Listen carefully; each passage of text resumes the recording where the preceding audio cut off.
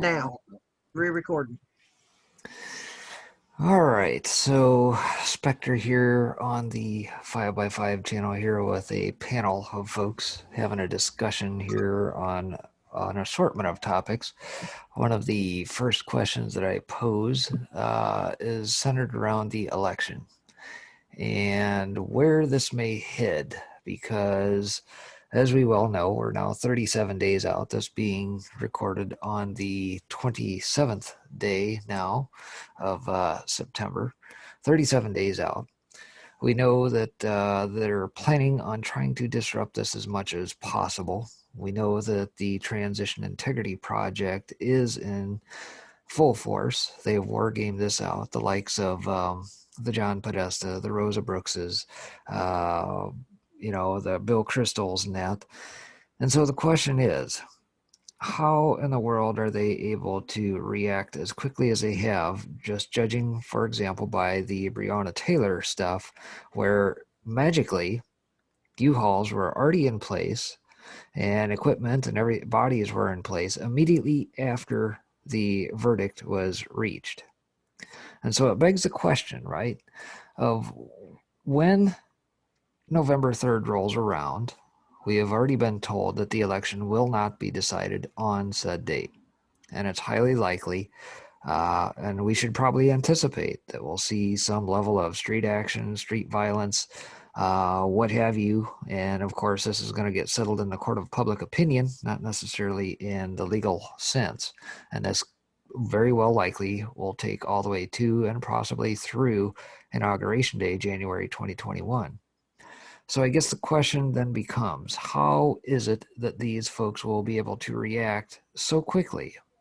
And is there a possibility that the level of information being passed to these militant types in the blue cities and the like, are they getting some level of insider information from somewhere? And if so, is it somebody like Soros from the perspective of like how they might get insider information for stocks, bonds, trading, insider information in that regard?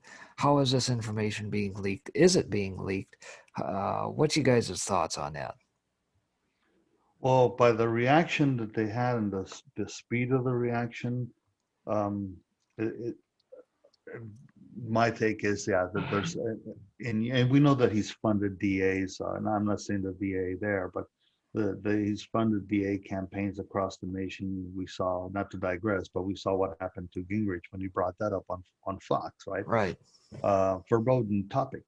Um, so yeah, I would say that there's some degree of insider. There's also a potential of anticipation. They were prepared for this. I think that the AG there or the DA may have made an announcement that he was going to make an announcement, but they were prepared for a while. I mean, those signs that they had, those spray painted signs, on sheets, I guess, with trains and stuff, they weren't instantaneous, last minute action. Um, so that begs like you said, the question of comms, the communications that has to occur, because not only did it happen there, it also went nationwide. All the other cities started doing Right. the thing. So now are they using the common Facebook and Twitter and that kind of stuff? Yeah, but that's probably low level comms, not the that's the street level comms, in my opinion. I think there's another layer we're not aware of, similar to the gaming chat rooms and things of that nature, or even Gmail, uh, temp, things of that, for the Right. for the ultimate command and control, right? Not necessarily the street level. Um, So we say that in the context of here on the 27th, we find out that the Atlanta BLM founder was arrested after spending $200K in donations on a house, entertainment, and suits. Um, do we think that these leaders in their respective blue cities and states, what have you, probably aren't as privy to the information? You think it's probably much higher level? yes, yes, I think it's much higher level. I think that for as much as we've been told there's no hierarchy in command and control, there is.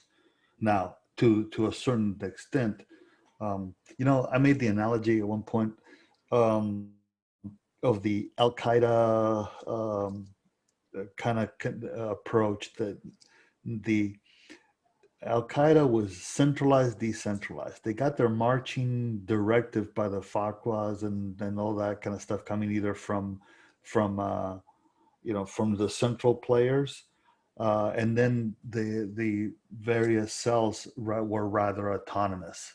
They had an area that they would deal with, and I think that's what we're facing here. That once the word goes out, um, particularly if the whole point is chaos, right? Mm-hmm. It really doesn't. You don't really need that much direction other than go, right? Yeah. Yeah. It's all right. So I guess I kind of forgot where I left off, unfortunately, as it pertains to the election and where this may head. But how do we, I guess, feel how Q has already anticipated this? Homesteader, you inside the numbers, chasing it backwards, forwards, upside down, inside out, that sort of thing. One thing I noted yesterday in the post and that came through, you could see in even some of the sequence numbers a reference to 2603, and lo and behold, he references Q post 2603. The subsequent post actually referenced 2063. As it pertains to the comms net, the net that were released on the 24th per the criminal case in that.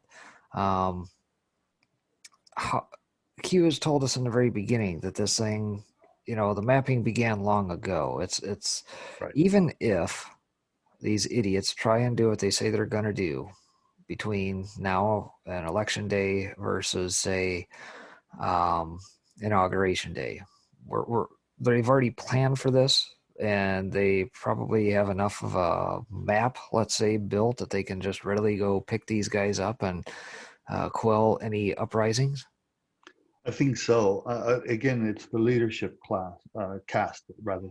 Um, the, there's some level that's going to have to be left to local law, and but I think that the ringleaders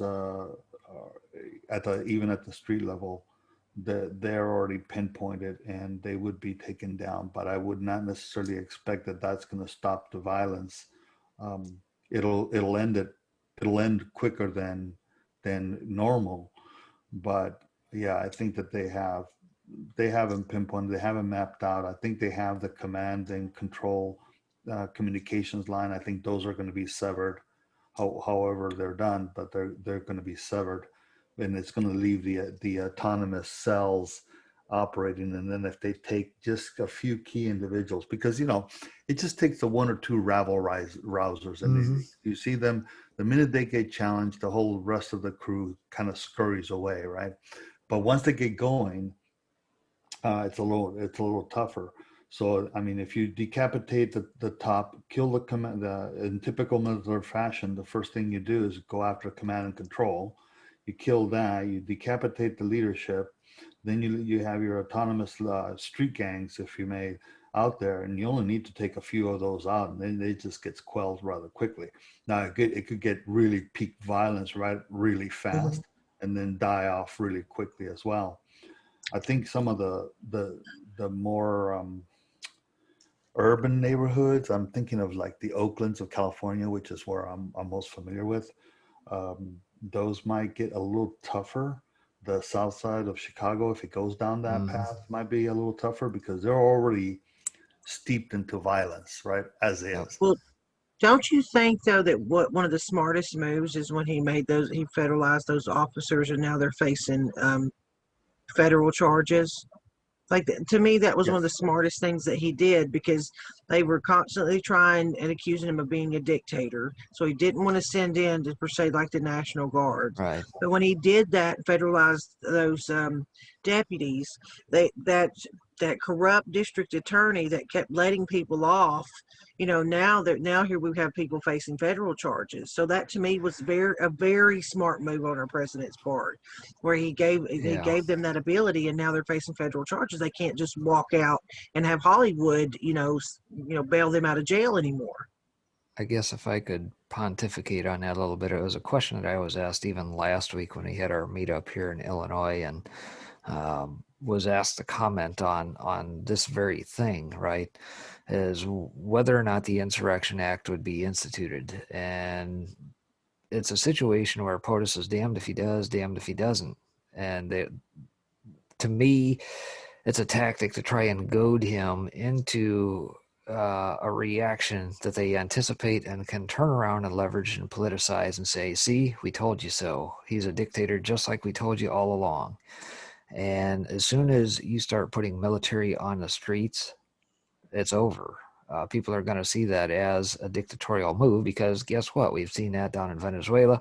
We've seen that every single case where socialism starts to crack down and all of a sudden you're left with communism and you have nothing. So that being said, yes, it was a very smart move, in my opinion, for POTUS to go that route, and that, yes, U.S. Marshals and that are now the ones that are going through and enforcing the federal laws and that, as opposed to the DAs and that Soros has planted around the country to soften any sort of lawbreakers, if you were. And of course, now everything is basically catch and release. All these idiots on the street that are rabble rousers, looting, burning down, whatever, they get picked up. The DA turns around and says, well, no charges filed, back on the streets. And even so far as not even having to post bail in some cases. Does that not tie in what Kiwi was referring to earlier? Kiwi, what you were in the point you were kind of bringing up? The point is the potential to have zones starting to show up that obviously land values get distorted, businesses get removed from communities. So there's like a collateral damage for a lot of these actions, and someone's going to benefit from that. Or is that part of is that by design for benefit, or is it? Yes. Yes. Or is it designed also to weaken and reinforce that there's sort of like social collapse?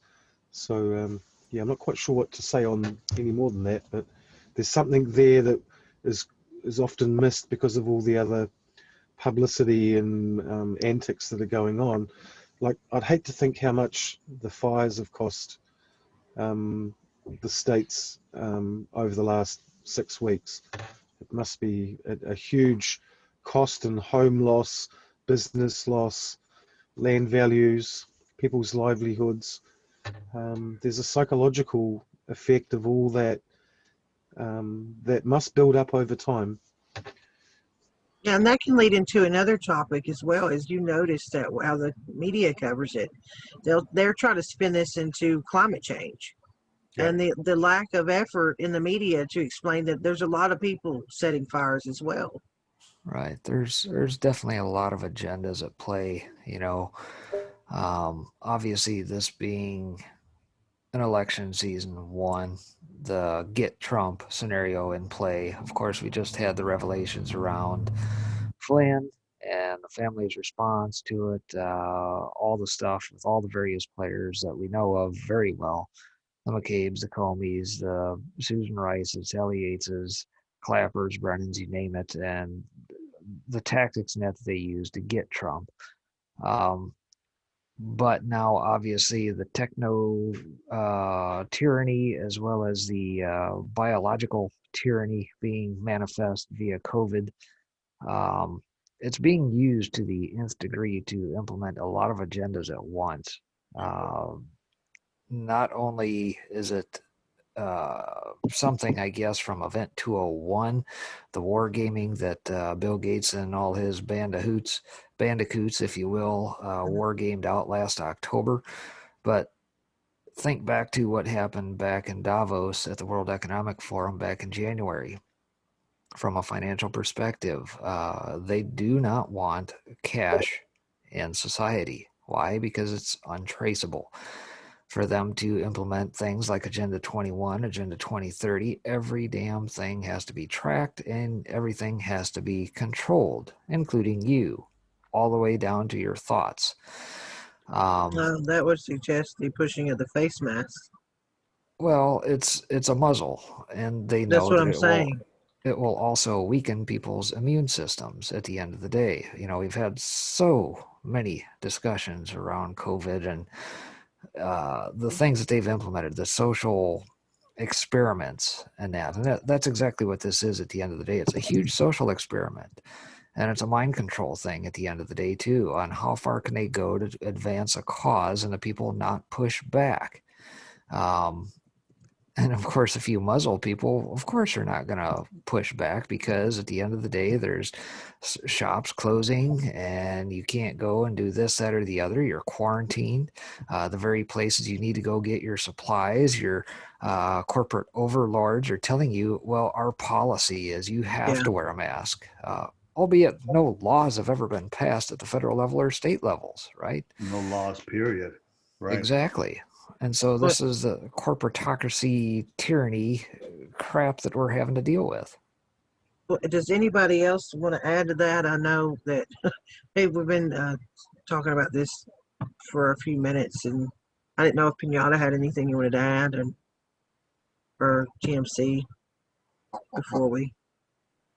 Sometimes it's hard in this group to, if you have something you want to interject, I just want to give them the opportunity, and don't be shy to, elbow your way in either. That's what I have to do. Sometimes I think we all have to do it in a way.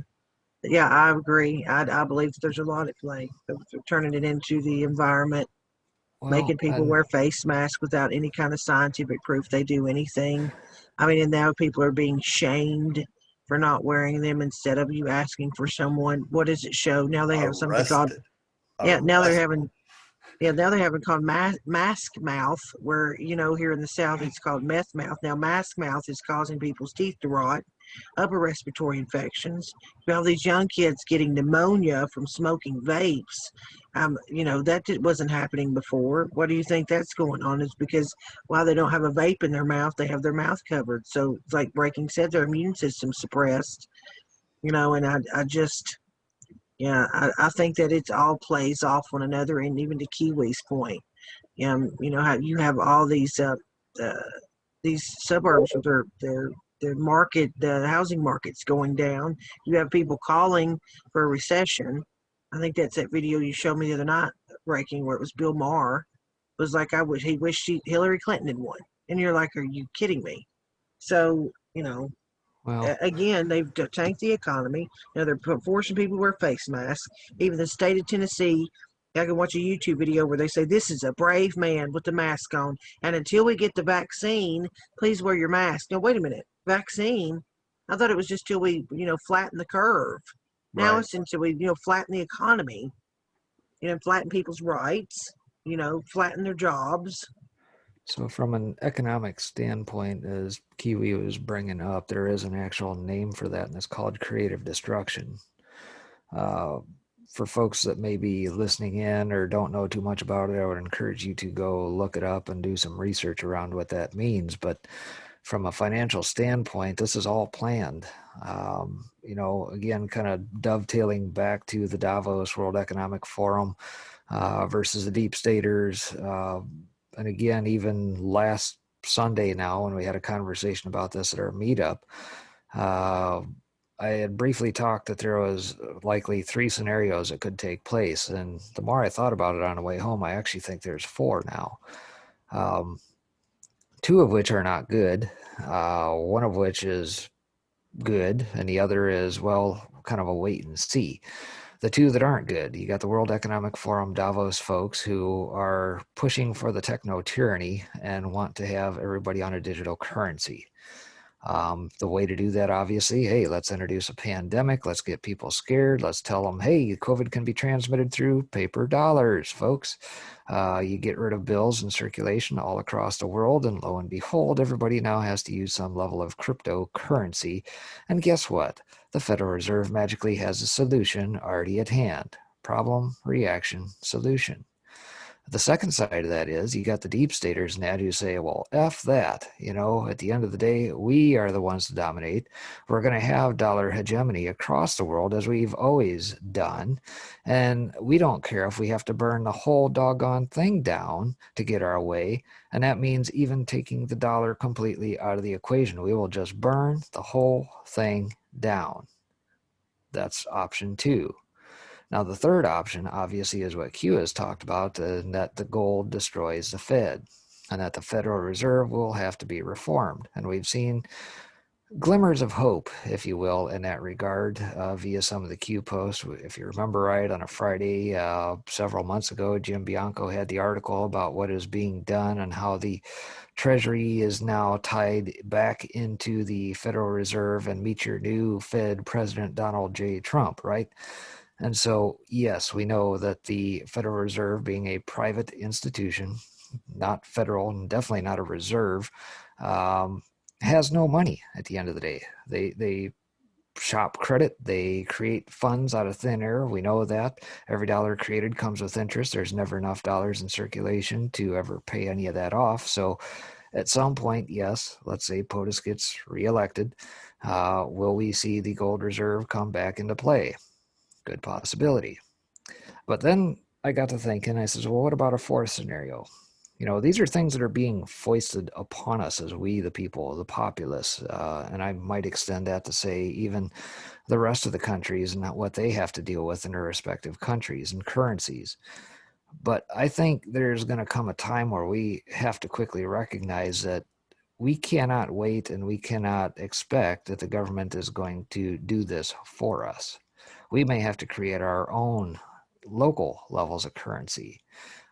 Whatever medium of exchange we see fit to use for our respective areas, up to and including bartering.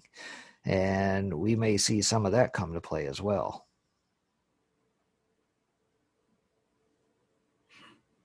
Yep. I don't mean to mic drop or anything, but I'll pass the Well, I baton. think everybody had muted up because you kind of went on that rant. We was like, oh, okay.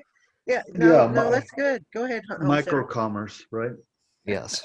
And Decentralization, more importantly. yeah, and then it may expand beyond that. It'll be a long transition for the country because we're so used to the JIT model, right? Mm-hmm. That our entire distribution paths and cycles and mechanisms, etc., although they're pretty well being disrupted now as is. Mm-hmm.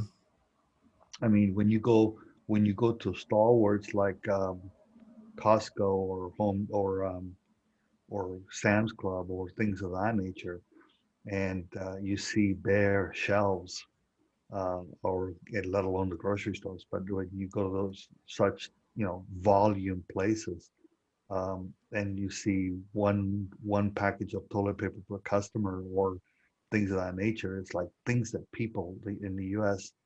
are not used to.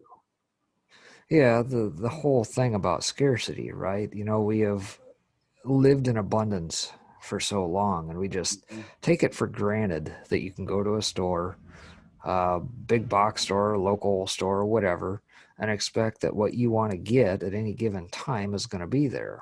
And 1,500 different brands of it too. Right. And you've probably heard me talk about this many a time over about the Amazon effect, right? Mm-hmm. I have to have it now type scenario. And unfortunately, as this COVID business is played out, and as we've seen the livelihoods of people and their restaurants and their shops and everything been, cut to the ground, and basically they can no longer continue, the centralization of wealth is now going back the other way to these mega corporations like Amazon. And you see the folks like Bezos and many of these billionaires and that capitalize on that. How do we break that? Is it a matter, you think, of people just, how do we get the capital to be able to do what we need to do in a more local level in the face of everything going on? Well, the source of the items to be distributed. If you have people actually manufacturing at a local level, as opposed to And then this goes over to the manufacturing that they've been trying to get away from China, same kind of thing. Yep. It's a start, at least it's a start as far as Right. that. And then obviously the bringing companies it themselves onshore is a being big, that large is a big issue as well. yeah. I think personally, I think there's going to have to be a period of time of pain to also show.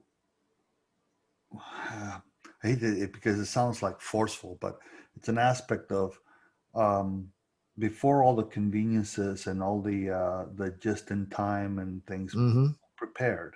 You harvested in the summertime for the winter time.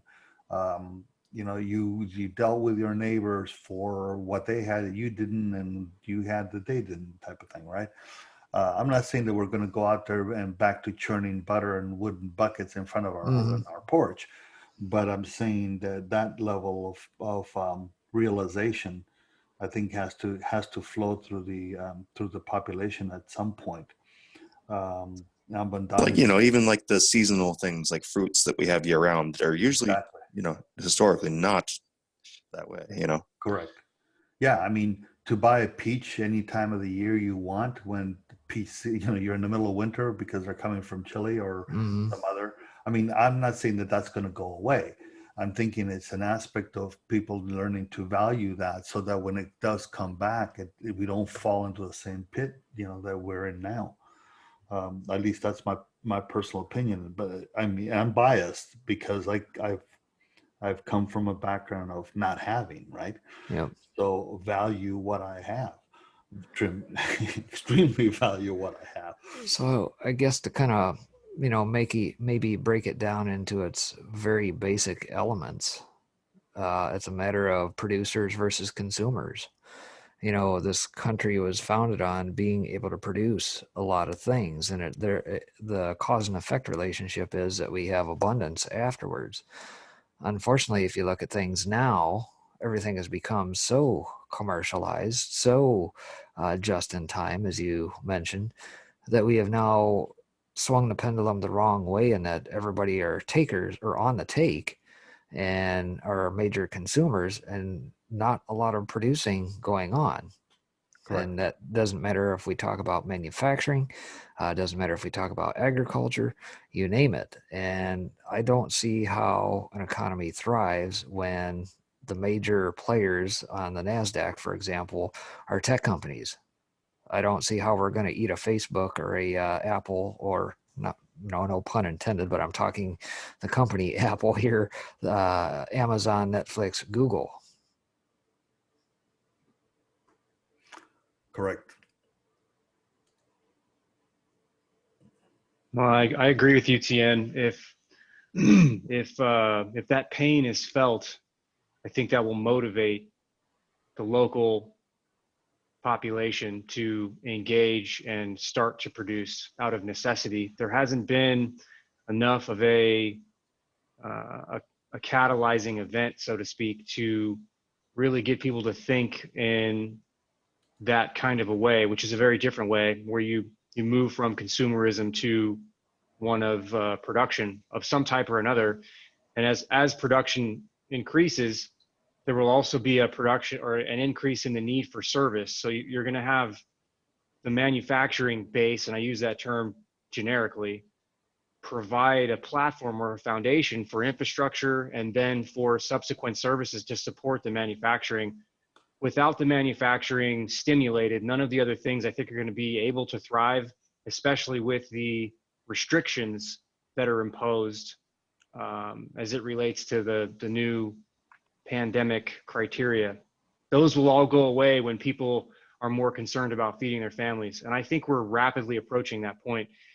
The benefit I see at this point to some extent allowing the blue cities to burn is that they are the ones that have been subsidized more so than the rural areas. Yep. And those subsidies, I think they've expired at this point. And so to some extent they're being allowed to die. And what I think we'll find is that people that are motivated to produce, people that are motivated to continue to be somewhat independent, are going to move south, they're going to move west. And if you're on the east, you're going to move, excuse me, if you're on the east, they're going to move west. And if you're on the west, you're going to move east. So things are going to converge more so in the central part and the southern part of the country, the United States anyway. And new infrastructure will go there. And I really think that that's part of the reason why infrastructure spending has not been cut loose yet, because as it stands right now, the existing infrastructure is literally being burned to the ground. Well, Like you're absolutely right. And that Q has said the old institutions got to go down before a new can be built, right? The changing of the guard, if you will. Well, I caution, or at least somewhat disagree with the term institution. We have very good institutions. How those institutions are expressed, that part I agree with. That they need to be cut away and torn down and picked through, so that what is useful and valuable and meaningful, that more or less is the ideology of the institution, the real root of it, if you will, those need to be preserved, taken and replanted, and then fostered to grow again with American ideology, rather than this globalism, socialism, top-down type of ideology. It needs to be done more so organically. If that's not done, then other institutions will take their place, and they are going to have their roots really formed from other countries, other ideologies, other cultures. In addition to that, if we can transplant the seeds, if you will, of the institutions, which I think is possible, if they're allowed to grow organically, where we don't have a whole lot of bureaucracy getting in the way of innovation, but still having bureaucracy sort of steer the big arrow as it relates to what the big picture infrastructure should look like going forward for the next 100 years. What I think we're going to get is manufacturing that to some extent is automated, but we're going to essentially be looking at models that comprise manufacturing that's modular and scalable, so that people can get into the manufacturing business and modify a manufacturing platform to meet the needs of what would be considered a niche market. And if those niche markets are successful, then they will grow and become part of a larger culture that will then redefine or define in a new way what is acceptable and desirable in society. The problem we have now with the existing structure is that the institutions have been, they're co-opted, so to speak. And so corporations have now, or are now, exerting a primary influence over institutions and vice versa. They've essentially become homogenized.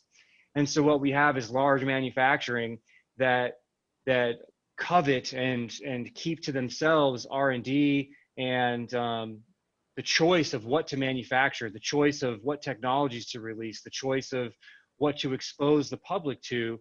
And that in turn then allows for the social engineering to take place in a very specific kind of a way, rather than the other model, the new model, where you have small scalable platforms that manufacture, small scale manufacturing platforms that are able to be scaled up rapidly into large scale, but provide the flexibility in order to allow the owner, if you will, or the manufacturer to have more control over what it is that they're bringing to market, rather than having to go to Walmart and secure a contract before they throw their investment in to ultimately have something made in China.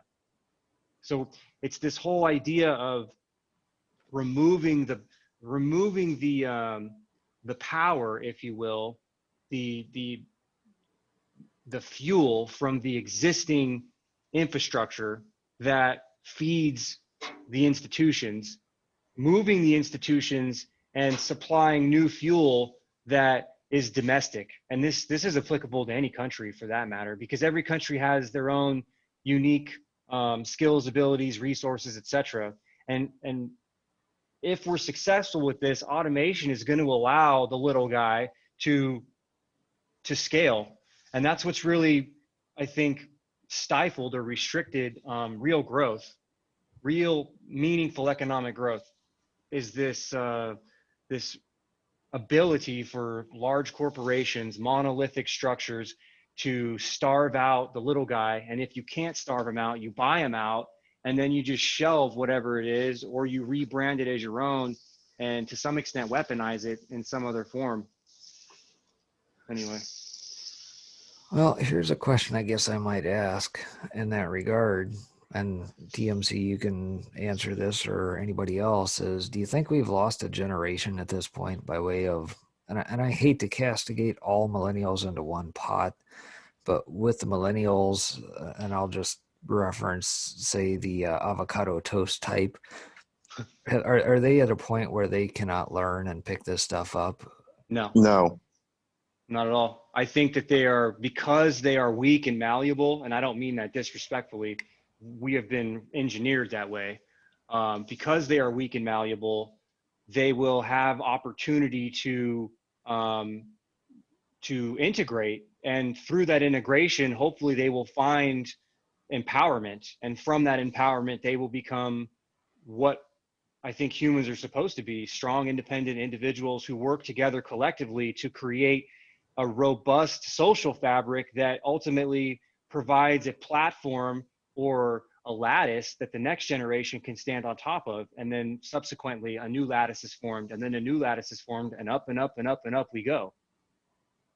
My answer to that would have been, and why I said no at the same time, was I don't even know where I fall. I'm probably more towards the Gen X than the latter, or than the millennial, you know. But at least, let's just say at least half of the millennials grew up in a time before cell phones, before convenience of, like, the more of the technology type conveniences that we have. More so with just more, the high tech stuff, internet, and it's more, a lot less of instant gratification. So I think because of that, I think that there's more hope for at least half of them that didn't go through that. The other parts, I don't know if I can speak to. I just happen to be part of that first group I was talking about, that I really think there is hope for that to turn around. I do. I mean, I really do try to maintain some kind of hope, because I was asleep 3 years ago, and it was literally a 20-minute YouTube video that started where I am today. And look where I am today. And I had no idea about politics. I thought Donald Trump was going to have us in a war with North Korea, and that's the truth. And now, I'm one of his biggest supporters, and because now I know. And before, you have so many people that get their news off Twitter. Maybe that's not a great place to start and get your, to get your news from, is Twitter. Well, yeah, no, you're right, SoCo. And from my perspective, I don't know if I say that, to say an entire generation is probably much, but a good chunk of it, I believe. When you see, forget the people that are out in the street, because they've been all out brainwashed. But when you see people screaming and others screaming at others because they're not wearing a mask, or screaming like bloody murder because Ruth Bader Ginsburg died. I'm speaking to that now. I'm sure everybody's seen video. It's like, I don't know if those people can be shown away or be integrated. And I'm not saying that they should be ostracized. I'm not speaking to that. I'm saying willingly be awakened and participatory. I don't know. I've got a response to that, and it's really kind of a simple idea, but it might not be understandable. And it's really this: if as much effort can be applied to enforcing social behaviors at places of employment and at schools that admonish and shun this idea of tolerance, whereby you are chastised, corrugated, turned away from if you are actually violating somebody's rights, somebody's speech, somebody's point of view in a real way, meaningful way, an unbiased way, whereby the notification or the identification of a violation is not because you think or feel a different way than somebody else, think or feel a different way than what is considered socially acceptable, but rather the identification of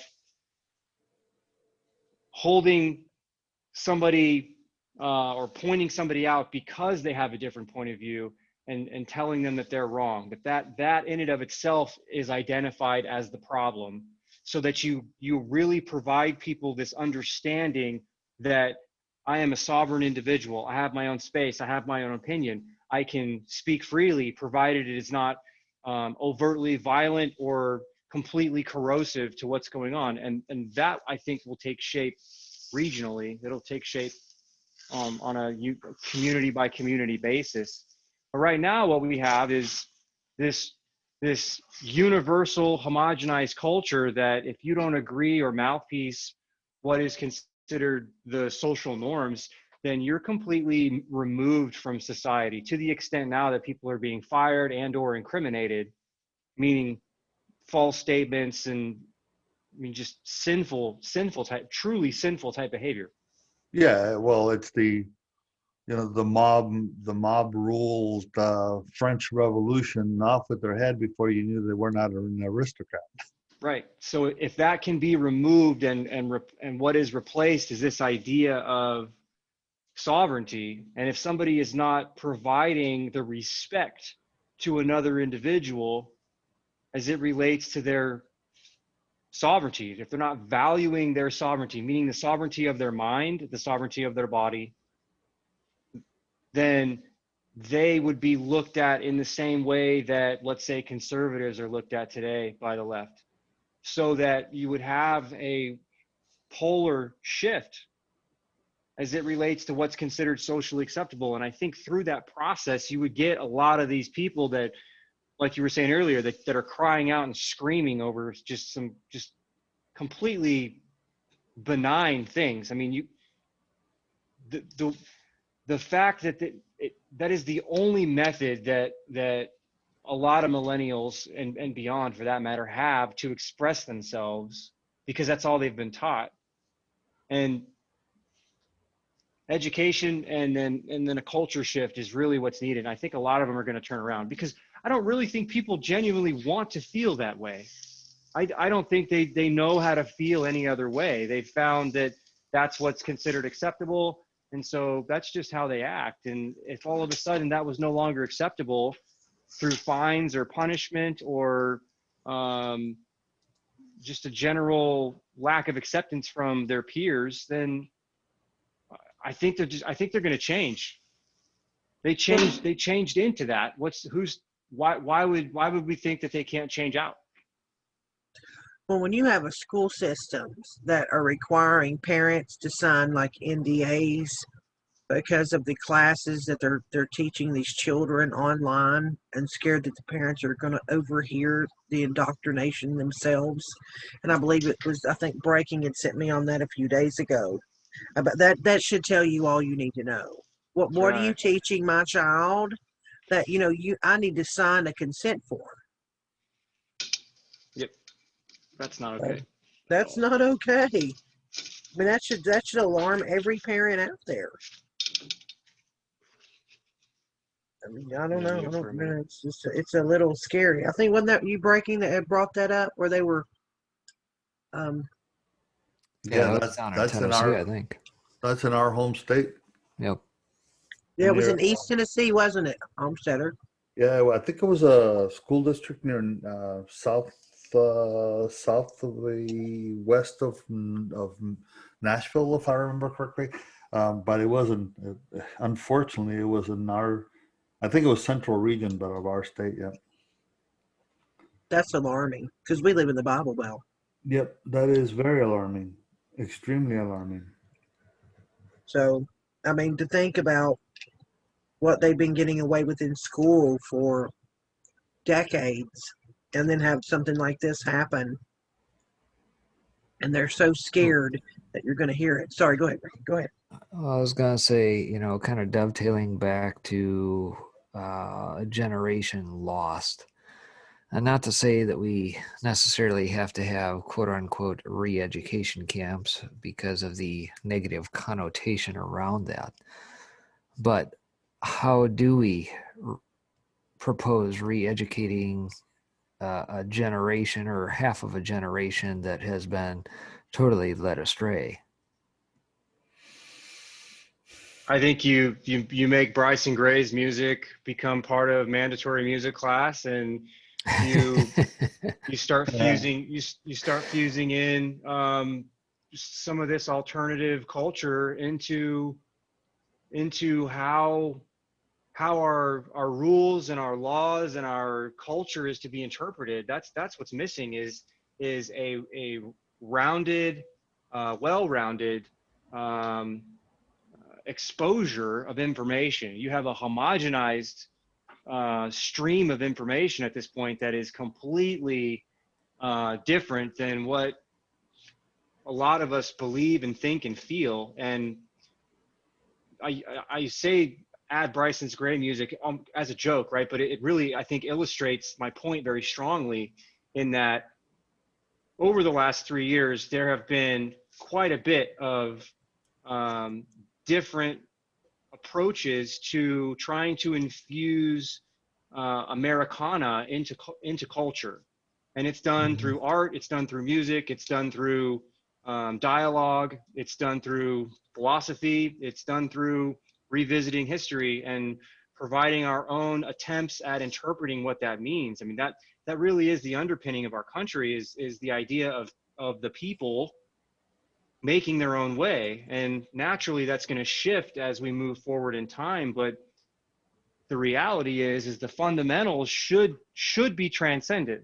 The fundamentals should move through time regardless, and how they apply to society has everything to do with how effective the older generation has translated and shared those ideologies, culture, if you will, with the younger generations. And that's the largest gap I think that we have in America, is that there's effectively now 3 generations that have had homogenized training as it relates to what America's about, what the world's about, what's important, what's not important, how people should be treated, and world history for that matter.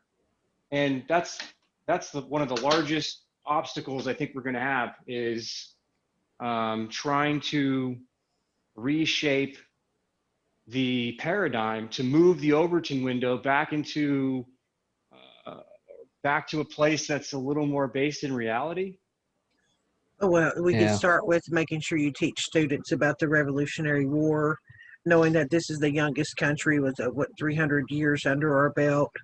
That slavery, when you want to teach about slavery, you don't teach about how horrible America is, that, just that part of it. Teach about how we overcame that. We ended it, and how many countries there are currently right now that still have slavery. But here in America, we ended that because we knew better. You know what? I mean, that So- would be a great place to start for me. They Yeah, have to teach about having pride in your country, being a patriot. Yeah, to that point, I think, as you get folks like the New York Times trying to push a 1619 project, and you get POTUS counter that and say, hey, any of these schools now that try and push this crap are going to have their funding removed. And then he comes out with kind of an Americana type patriotic push to our education, the 1776 project. I'll call it that loosely now. How do we beat back the 1619 project and the crap that they're trying to push, given the book burning, the statue toppling, and everything else that has gone on to try and eliminate history? Well, I'm going to start out right now and give a huge shout out to Kiwi at the very beginning of this, because he came in the server months ago couple months ago and highlighted the 1619 project and said to SoCo, I think this is something that, you know, they're going to try and use.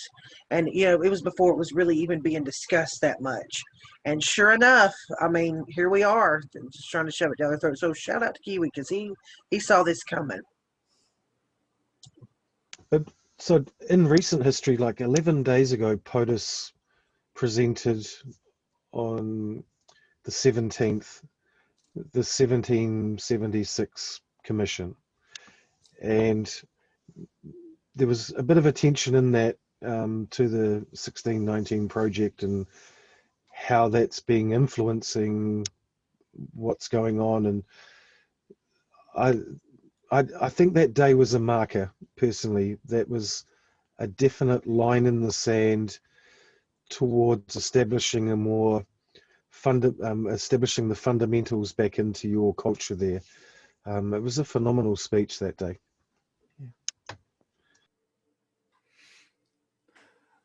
I agree. If it's pursuing that line, I mean, the interesting part is that in order to address the 1619 is just the latest incarnation with, you know, the Common Core prior to that, and it's still there, of course, but I'm saying is one leveraging the other.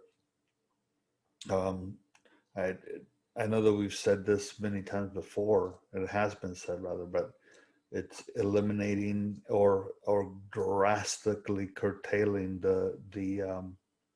I mean, to bare bones, the Department of Education, and break the back of the teachers unions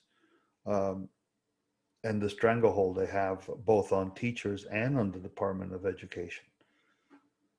Until that happens, I don't know if any program that comes from from POTUS, as well intended as it is, or, you know, a commission, is going to permeate through the department.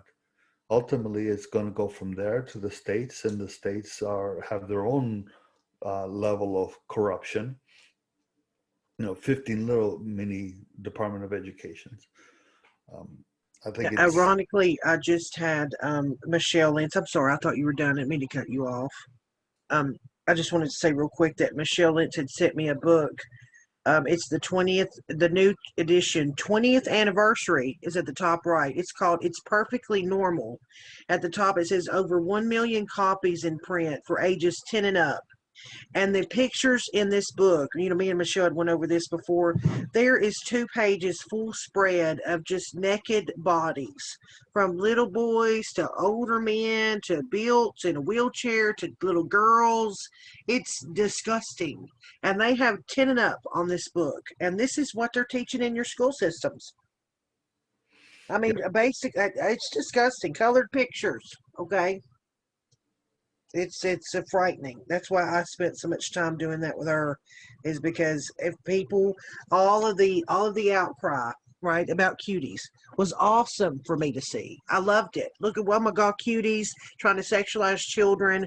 And I was on Twitter during that whole outrage, and I'm like, that's awesome. I'm so glad that we can agree this is not a good thing to sexualize 11-year-olds. But where are all of you at in your school system? Are you checking what they're teaching your kid? Because it would make cuties look like Sesame Street. right. And all of that, you know, there's some level of I guess responsibility at the local school board levels and so forth, but most of it comes through centralized, and again, here comes the federal Department of Education, the approval of the books and the content of the books and the history that's included, the things that are and are not included. You know, Texas goes through this cycle and tends to lead the nation in the organization doing this, not necessarily in a good way. But I think in order to steer the ship back to, or to put it back on course, I cannot see how we can do that without, and it goes right back to the aspect of the education or re-education or whatnot. I don't know how we can do that with still that pariah of education system, of, you know, redundancy there, but still in our midst. Parents have to be involved. Parents are not being involved. They're letting the government be the schools be the babysitters. The teachers unions and the malfeasance through that process of indoctrination is happening. At the federal level, they're just basically paper pushing and sucking up tax dollars and allowing it to happen. So, so I guess it might beg the question, Homesteader, has this COVID business now that states have been on various degrees of quarantine, lockdowns, kids, having to stay home, do online learning, has it been a bit of a blessing in disguise in that parents have finally perhaps had the shield pulled back from their eyes and said, whoa, hang on here. And then, of course, as we rolled into the new school year here, while some kids are still waiting to go back to school, you got many across this country. I'll talk about the United States here. Now actually deciding to homeschool their kids for that very reason. I hope so. I hope that there's a sufficient level of awakening on that front, and that more and more parents are either homeschooling or private schooling or taking a more active role in seeing what their schools are actually doing. I just don't know, because at the same time you see this influx of BLM material and the material that example that SoCo is referring to. You have the 1619 project as well. You have all these social engineering things becoming curriculum rather than being something that your parents are the filter, right? They're becoming curriculum. I don't know. I think time will tell. I think to some degree, yes, I agree that there has been. I've seen quite a few articles of people waking up and saying and marching into their principal's office and saying what's up with this, and but at the same time they're coming out and saying they're giving us money to teach this. So on that note, with the remote or distance learning, what platforms do you think are being used to facilitate the information transfer, the classroom environment, those types of things? Very same ones we're using now. Right. Which are Zoom, Google Docs, that type of stuff? Yep. China. Well, so hear me out. And that's a vehicle, right? I mean, you can go. I mean, yeah, but for example, you're missing AT&T has a product that is just like Zoom, etc. Yeah. So, sorry, go ahead, TMC. Yeah, it's fine. I think you guys may not be seeing the point. By forcing the content of the education into the cloud, you are able to see it, study it, track it, understand how it's deployed, where it's deployed from, where the ideology is originating from, how those decisions are made, and then subsequently how they trickle down to the respective school districts, whereas before, those might not necessarily have been done that way. And as a result of distance learning, what it's done is it's created too sweet of an opportunity to streamline how policy is ultimately distributed down to content being delivered to a student. And when you look at the ability of data analytics to be able to go through and pick through everything, you're going to start being able to make associations that would have been very difficult to make had this not occurred. So all of the things that were said as it relates to parental involvement, educating the parents as it relates to what's being taught to their children, and all of those things, those are all, I agree with all of that, but I think there's this other component that is also in play that may likely tie back into non-governmental organizations ultimately providing influence to and through large governing bodies that then provide the mandatory influence over how in this case, children are being educated. And it's just another flower on this petal, or it's another petal on this flower of corruption. But you know what you just made me think of, TMC, that I had never thought of? It's also, you know how you use the tools against them, the same tools they use, like they never Right. probably would have gave us internet. You just made me think that's another way they could be used to track them, to see exactly what you're saying, like indoctrinate them with parents saying, I see what you're saying. That's a good take. I never thought of that. It's a total top-down approach, because if you look at their strategy, their playbook's always the same, and it's this idea of homogenization, so that you can deliver a mandate from on high, and it is distributed and deployed everywhere. So it's a unicast, if you will, where you have a single point of broadcast that then is broadcast everywhere. And the cloud infrastructure provides that ability. The cloud provides the infrastructure to do that. The cloud also provides the infrastructure to have dynamic connections, multi-point connections. But what we're seeing constructed is a monolithic,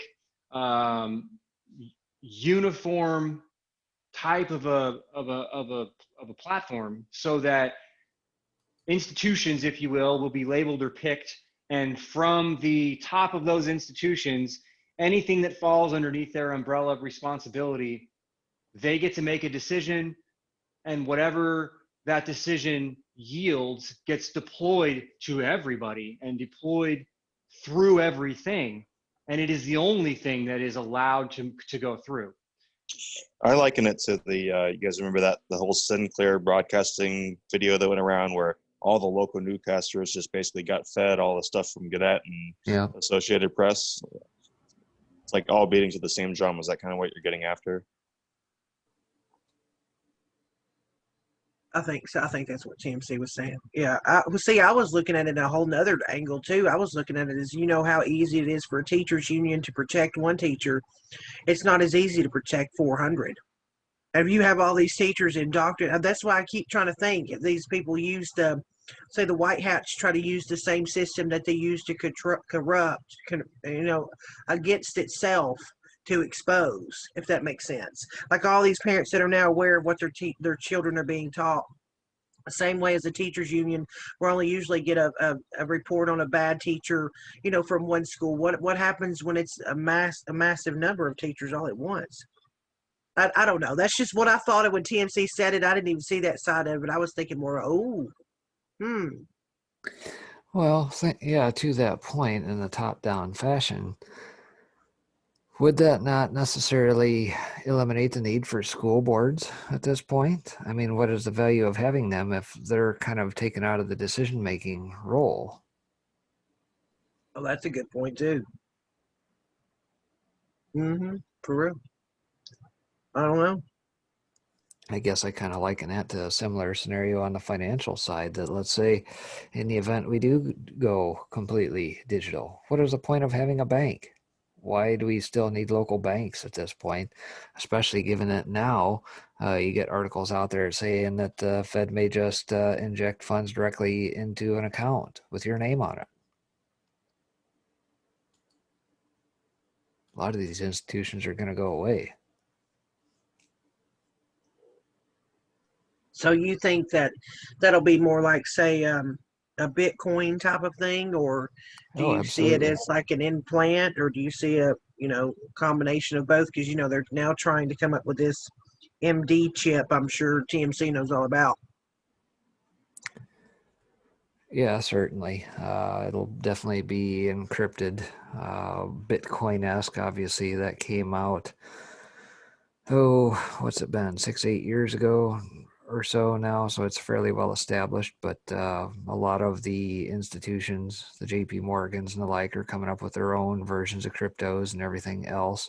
Federal Reserve will attempt to do that as well, but at the end of the day, everything is going to be digital so that everything can be tracked.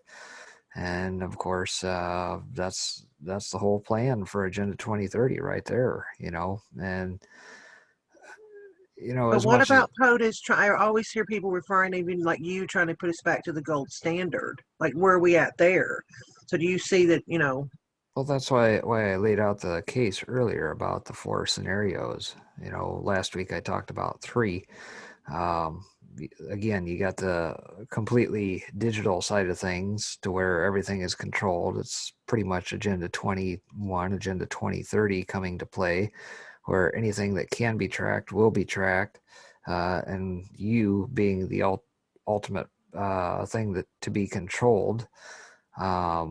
Versus the deep state notion that they're going to ride the dollar all the way to the ground and burn down the rest of the world and protecting it for dollar hegemony's sake, versus, the third point where Q has said, again, gold destroys the Fed is going to have to get restructured.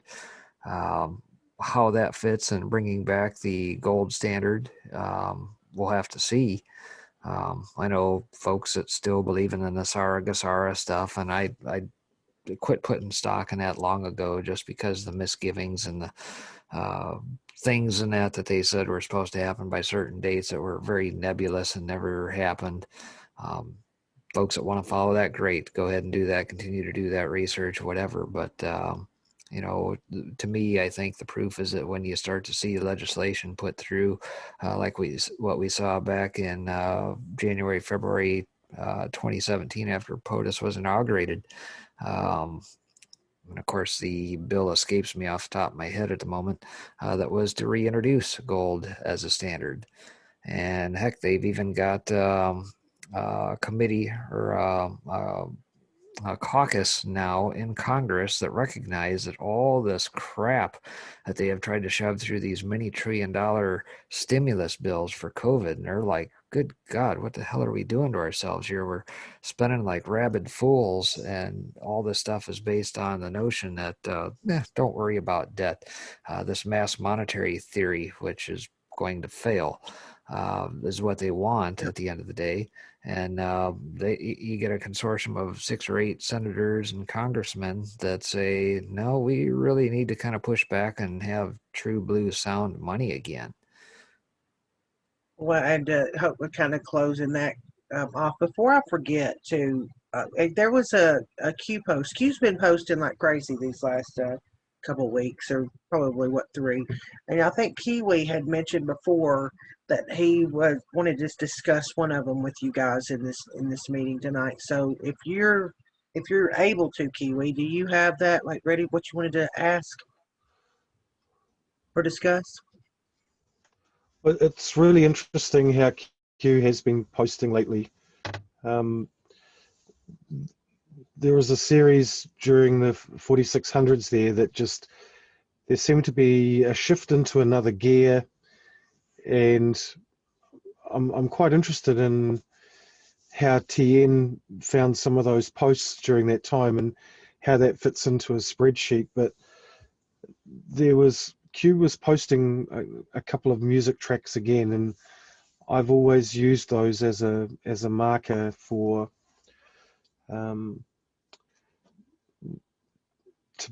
there's an attention grabbing for me the way that I see Q with music. And it's really interesting how in Q post 4636 another soundtrack was played to another movie.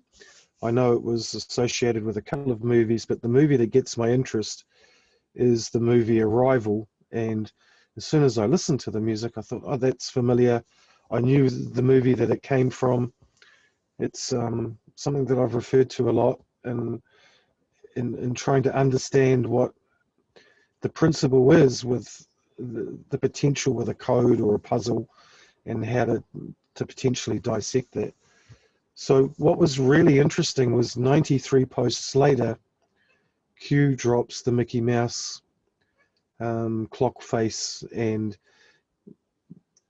not only is it interesting that we've got the 93 reference there, but the whole rabbit hole that comes in with that clock and where that can reach out to is really fascinating. So I'm not too sure. Are you all familiar with the movie Arrival? Yes, that's the one where in the spacecraft are like almost in the middle of a field, and then it starts to stand up, and I can't remember their names. The two people go in there and try to communicate and there's a bunch of symbols they use. They bring a bird in with them. Same movie. Yeah, sure. So Yeah. it has the whole Hollywood storybook. It's from a book adaptation. We have the aliens and humans scenario going on. We've got a bit of love in the background, but there is the concept of time dilation. And interesting that 12 events happen around the globe simultaneously, and each of these units of UFOs have a certain part of the code. So the intention of the linguistic and the mathematician is to go in there and decode that and to get to it. But what was fascinating is that it defines how we all each see the world. You know, we see it through the language that we understand, and there's a lot of similarity there with Q and how that is seen by each of us as individuals. And it's TMC's numbers and understandings is different from TN's, and we all have this different viewpoint at the puzzle. And what's fascinating about this particular movie is two aspects. One is time, the concept of time, past, present, future, and the whole theme of the movie is future proofs past. And then the dynamic aspect of the understanding of the new language was the concept of the palindrome. So I just thought it was really interesting that that particular movie shows up with that type of content and the threads and relationships to the actual understanding the puzzle and the time puzzle of Q. So it really sparked up some new observations and some new tools, and playing with some of the scrapers a bit differently, and finding a new scraper that I can enter in multiple palindromes of my search patterns with gematria and things like that. It was just it seemed like a bit of a breakthrough for me, and seeing a different picture on the screen with relative new information associated with other posts. So it was quite for me personally, it was a significant drop. But 93 posts later, Q drops the Mickey Mouse photo. So we've got Q post 4636, that's the song, the music, and then we have which one is that? It's 4730. So we've got 93 posts later, and there's a 93 connection with that particular dropping on that day. So Mickey Mouse, 93 years to the day, back in 1928, became a movie with sound, with music, vocals, cymbals, and clanking boots. You know, they had all the soundtrack associated with it. It was the first time Mickey Mouse had been in a movie with sound. And wasn't that Steamboat something or other? yes, Steamboat Willie. Steamboat Willie. Right. Yep. And guess who the image was just before that clock? Bill. Oh yeah, Willie. Bill Clinton. Right. Yeah. Right. Well, you know, I think you're onto something there, because in 1928, if you go to post 1928, it was actually reposted as 1929 because of some, you know, either intentional or unintentional error, where the link of a particular site was not the carriage return was not used, and so it messed up the link, so they reposted it. Whether or not that's intentional or not, it seems to be that it may have been, at the very least, to pad the numbers and draw attention to it. So the fact that that is post 1928, I think is very, and this is the one where it talks about the three movies, and that's why I think that post is significant, and maybe a tie into what you're talking about. Yep. That's where we're at right now. We're at basically movie one. Well, we were told that movie 2 would start in fall, which fell on the 21st of the 9th, which was last week. So that was the second set of dates. And what I understand of all that was movie 1 a silent movie, where we were given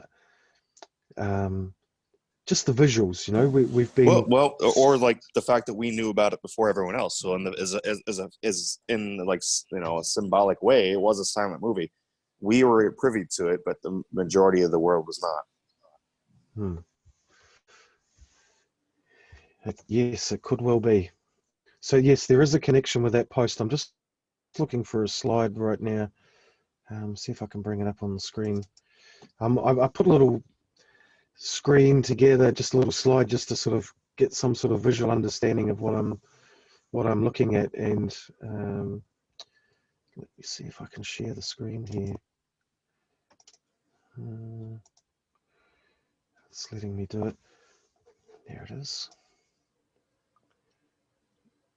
Why is that not good on there? Nope, it didn't do it. Let me see if I can do that again. Yeah, do it, because I just made sure that you had the ability. I'm sorry, they have this new security thing on Zoom now. Yep, sure.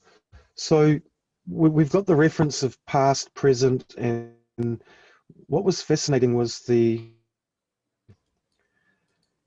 concept of palindrome in the movie music, and its relationship to the movie was the palindrome was the key to deciphering the clue, or the language that was being presented by these aliens. And it's quite interesting that there is a palindrome in the Mickey Mouse. It's not showing your image. It's not showing. It's just a black screen. Not doing that. Let me see if there we go. Oh, sideways. Okay. There we go. Is that it? Yep, there you go. It's a Oops. sideways. Oops, that's not what I'm looking for. I'm looking. Can you see that? Is that on screen? The wave pattern. So you can see. Yeah. So now the reason I used the Dopey post there was that Dopey kept coming up the 2 days previous. That particular post kept coming up in the sequences that I was looking at. So I just used that as a figurative to look at a wave sign, and I needed something to create scale and things like that.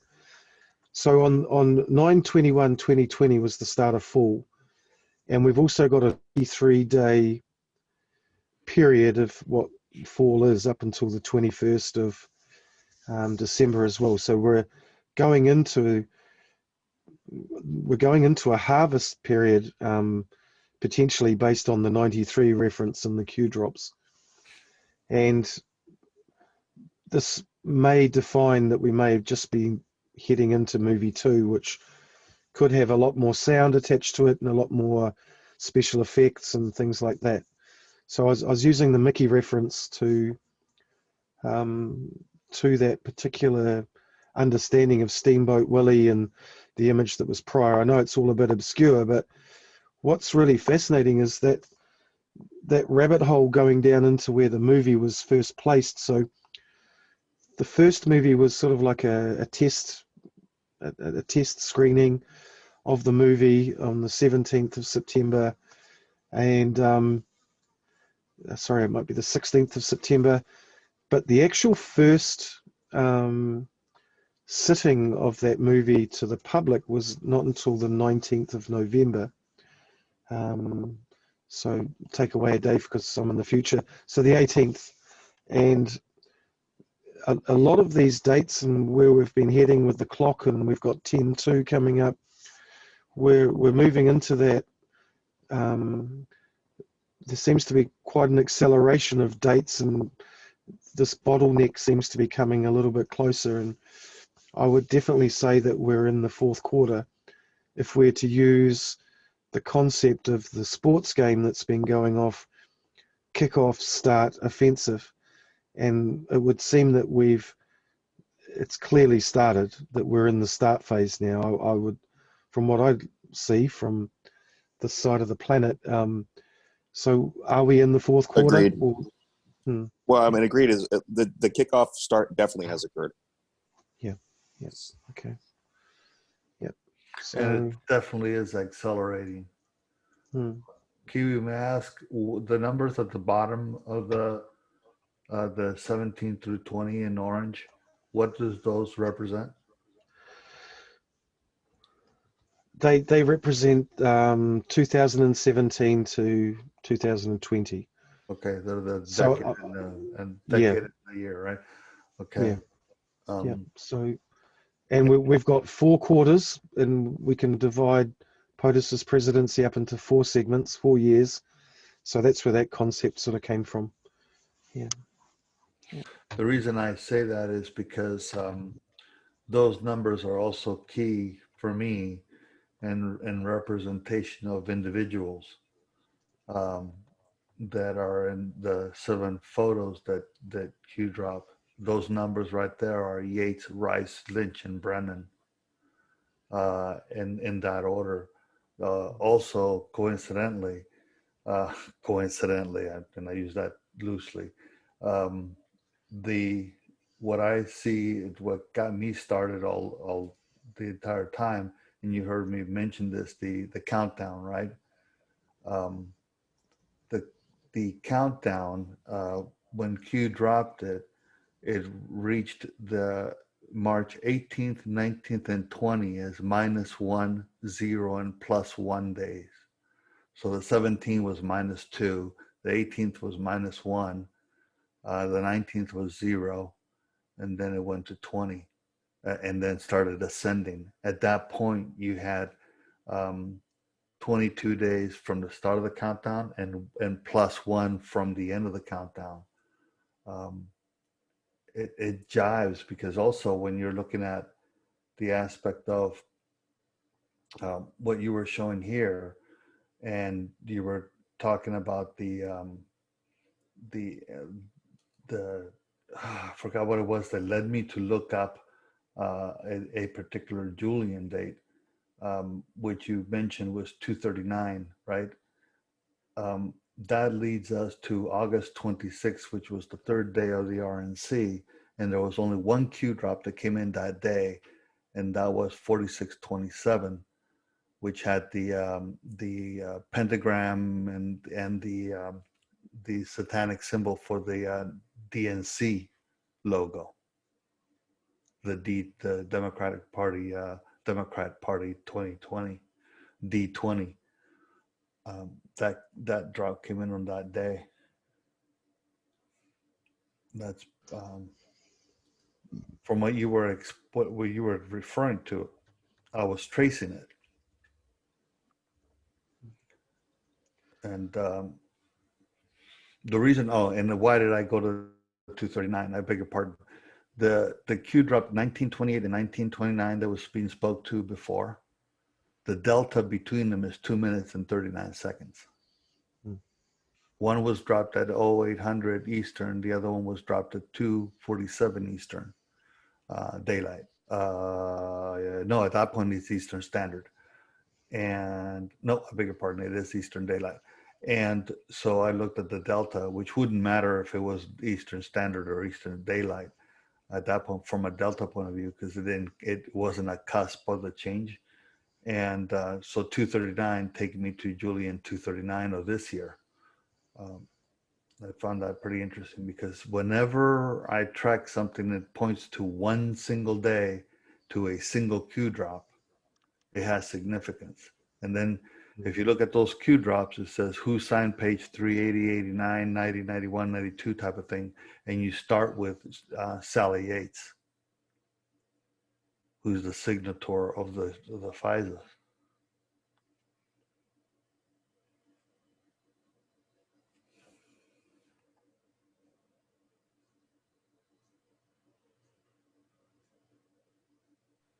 Well, not everybody all at once. Yeah, not my turn for a night. Well, I'll tell you, acceleration is definitely picking up. And while I was thinking of that, I came up with a math joke. If you guys would like. So, speed and velocity, we're having a conversation and gossiping about acceleration. And one of the two says, "Oh, don't get me started with that guy. Have you heard about his relative? Acceleration of acceleration? That guy's a real jerk."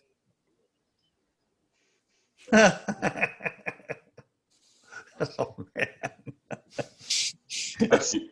That's pretty good, dude. It is. Okay, now, okay, for everybody listening, time to explain it. I just got the vision of the test, the rocket tests in the 50s when they had the astronauts sitting on the rocket sleds. Right. Well, okay. So speed, and then velocity, and then acceleration, and then the acceleration of acceleration is called jerk in physics. That's the joke. Right. Right. That's funny.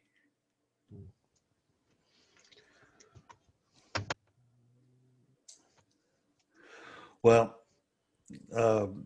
aside from the humor aspect of it, I mean, in conjunction with that, we definitely are. I think we are seeing an acceleration. Well, yeah, and it's an increase in desperation. Yes.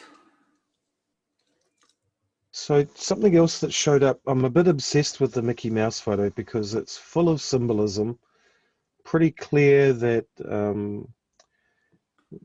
when you go back even to the original movie, the whole story around Steamboat Willie and what it's actually about, and it was actually deemed a very risque sort of cartoon of its time.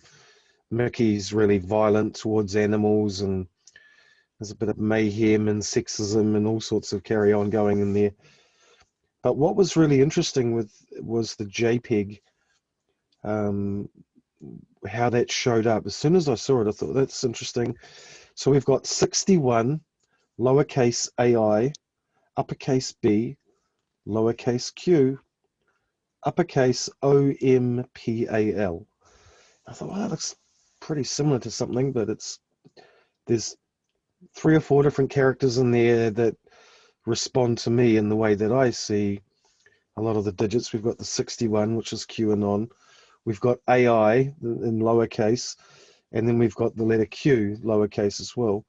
So the remainder of the JPEG has an anagram attached to it, so you can turn it into another word, and it's aplomb, and it means to be complete and confident composure and self-assurance and poise. I thought, well, that's a really interesting. Is that a coincidence, or that you can get to that reference?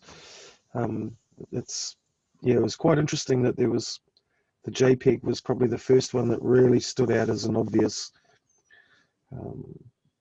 There's more to look at with this particular image, and I'll share the screen again. I've got something that I saw in the image. Here it is. Is that seen by you all? It's getting there. Yeah, it's getting there. Taking a bit to load up. Right. Yeah. So there you go. There you go. Yeah. So the way that this clock face is being used, and most watch companies sell their products with the time at 10:10. It's a very common time to see on a promotional watch for sale. But it's really interesting because the cube that's being represented in the equation of what this is representing is the symbolism that they use in their calculator. It's basically it's a very old ancient way of mapping out. It's an equation. It's based on I think it's the 3-5-7-9 principle. It's got pi all through it. And the other really interesting thing is that Steamboat Willie, the timestamp of the full version can be broken down into pi. So there's quite a lot of symbolism. We knew that symbolism is going to be their downfall. So one other aspect of this clock dropping was, has Disney been given a year countdown to being dismantled?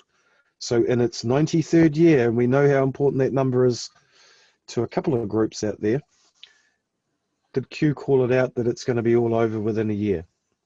So was it a marker of sorts for a 1 year delta for the end of the 93rd year of Mickey's existence? Could be. I can get on with that. Yep. Does it, okay, so back to the JPEG, the thing that stands out to me on that I hadn't noticed before until you were breaking it down, and I posted something to you, Pinata, earlier today. MPA, find it interesting because MPA, when POTUS was at Middletown, Pennsylvania on the 26th, which is when Q dropped the last 4 Q drops. And that's popped out earlier because I was looking at how he broke down pandemic in the way that he outlined the Technofog post, the one that has the Technofog links to it. And he broke that down so that pan is at the very beginning. And then he puts it into dem is into a kill box. Then he does the underscores. Earlier I just saw it as different ways you can make up the different words with the word as he's laid it out in the Q drop. But it was very interesting because I was looking at it from the perspective of pan and pam, when you have the difference between M and N, right, which is 13, 14, which is the Q drop with the Justice Cannon.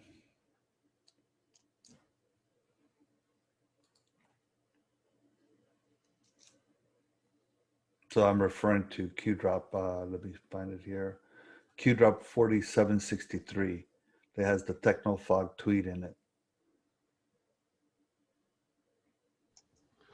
So do you think Q was inferring that the Democrats are a pandemic, a virus? I think that's, yeah, definitely. But also the aspect that I see, the way that word is, the word pandemic is broken down, right? You have the dem as a kill box, then IC and the underscore, then dem again. And if you look at it from a mirror perspective, C and D, panic in DC, right? Which is the movie poster that, and also the term that's been used. But what struck me is the isolation of pan in the beginning. Now there was the mythological view of pan, right? The creature.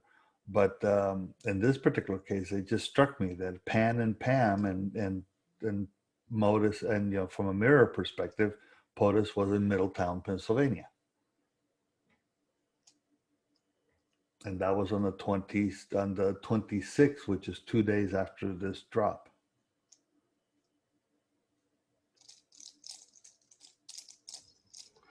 What was the other location he went to? They had an unusual... Newport News. No. Then Moon Township. What I found interesting on Moon Township, that was on the fall equinox. He went to Moon Township. I found that pretty interesting coincidence. Yep, how appropriate. Yeah, and Pennsylvania as well. Right. And we're trying to, I don't know, I've been trying to figure out what this pointing to Pennsylvania is all about. I mean, I know there's some obvious stuff. We got the fact that it's called the Keystone State. Right. We have a lot of other things tied to it, even 9/11 events tied to it and things like that. But as far as some of the other things, I haven't really found, like, why so much hinges on it, 17. unless it could be, what is it, because of the 17th State of the Union? It's 17. PA 17. Oh. It could be a shout out, as a means to engage Q.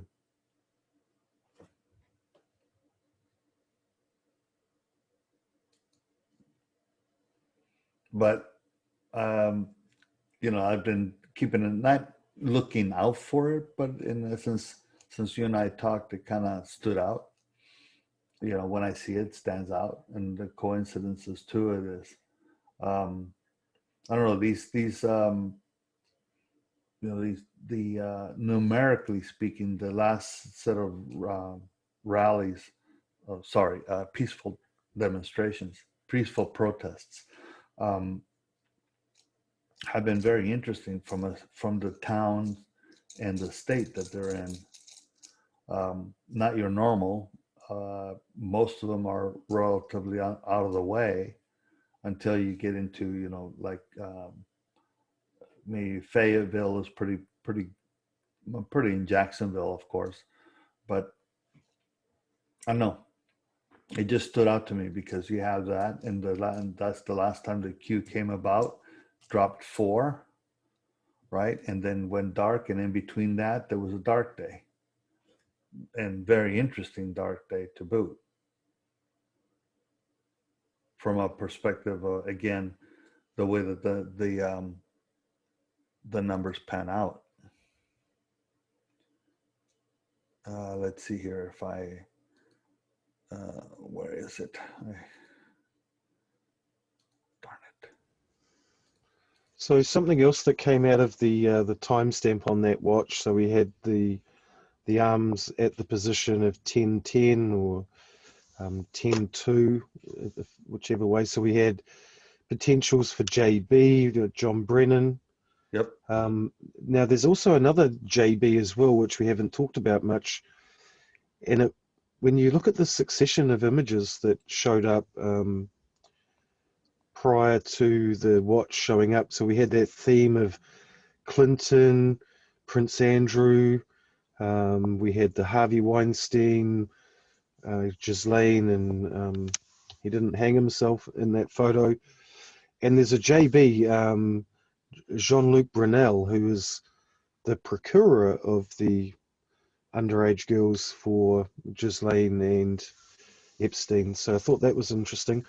And this may be a bit of a long stretch, but we've also got Jefferson Bill. Something that came up in a conversation. We've got Jeff Bezos and James Baker. So, right. Those came up. Yeah. What struck me on the clock itself was the time. The way the hands are laid out is kind of misleading a bit. There's a couple of things. The Pinata found, by looking it up, that is an echo enabled clock. It only works with a paired echo device. And if you look at the tick marks that are in red, I interpreted them as minutes, elapsed minutes. Some have interpret them as seconds. I cannot necessarily see them as seconds because of the way that the hands are out there. If they were seconds, each 12-second interval, it goes from the pattern of the clock, right?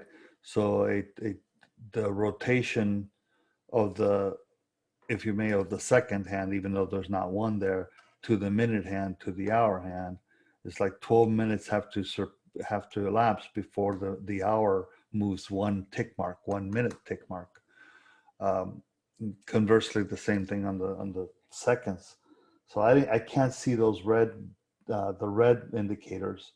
I call them tick marks. The ones between the high noon and the 2 being seconds. So I looked at them as minutes. So if we look at it from that perspective, it's actually 10:08 about to hit 10:09, even though the hand seems to be on 10:02 or 10:10. Now, what I also found very interesting is that the aspects of 10:10 also falls on middle of the day on of September 26th when POTUS was in Milton.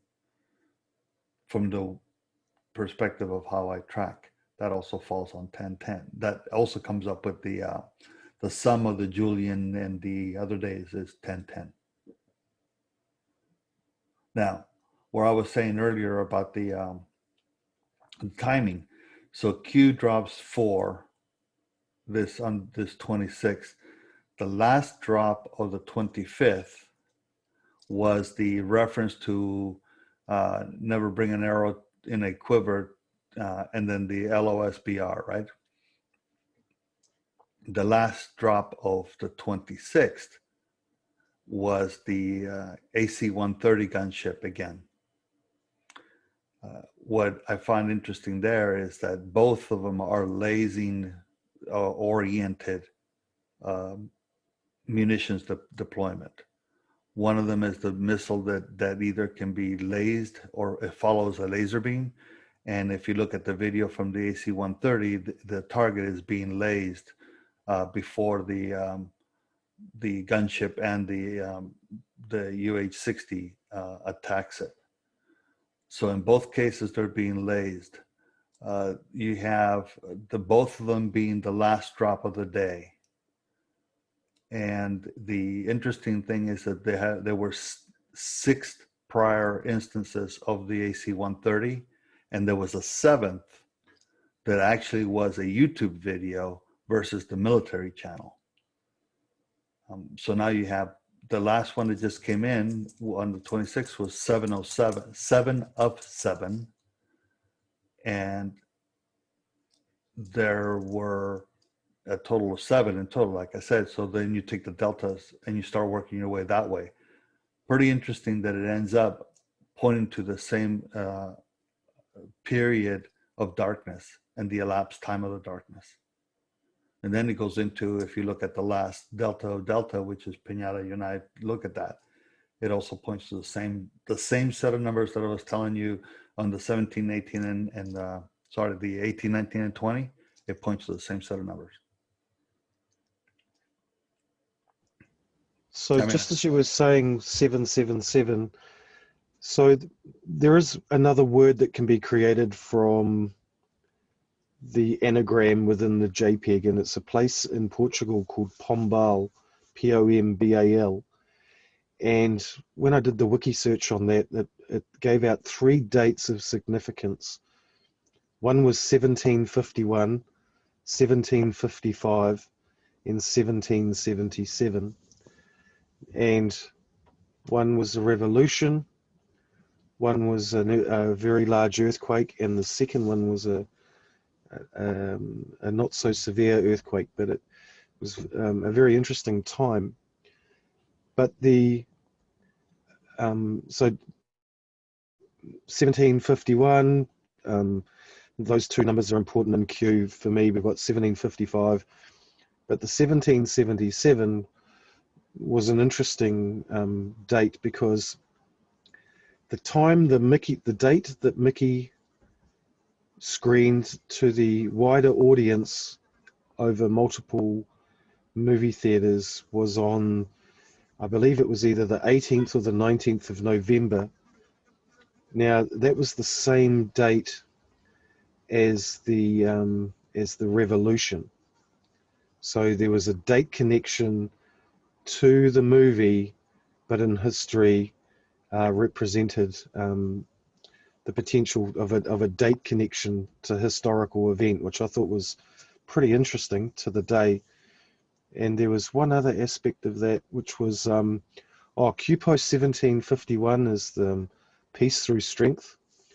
And then the first earthquake in 1755 is the time frame of one of Ubisoft's latest video. It's the theme behind the video game. It's in 1755. The earthquake's just happened, and I can't recall the name of the video. It's one of the top videos that's being played at the moment. and it's about its third or fourth iteration. So there was it was interesting to find that there was a Ubisoft connection to that particular event in time and that particular day, that there's actually a video game out there also with that storyline. And we know Ubisoft has been presented as a potential comms direction that's being used.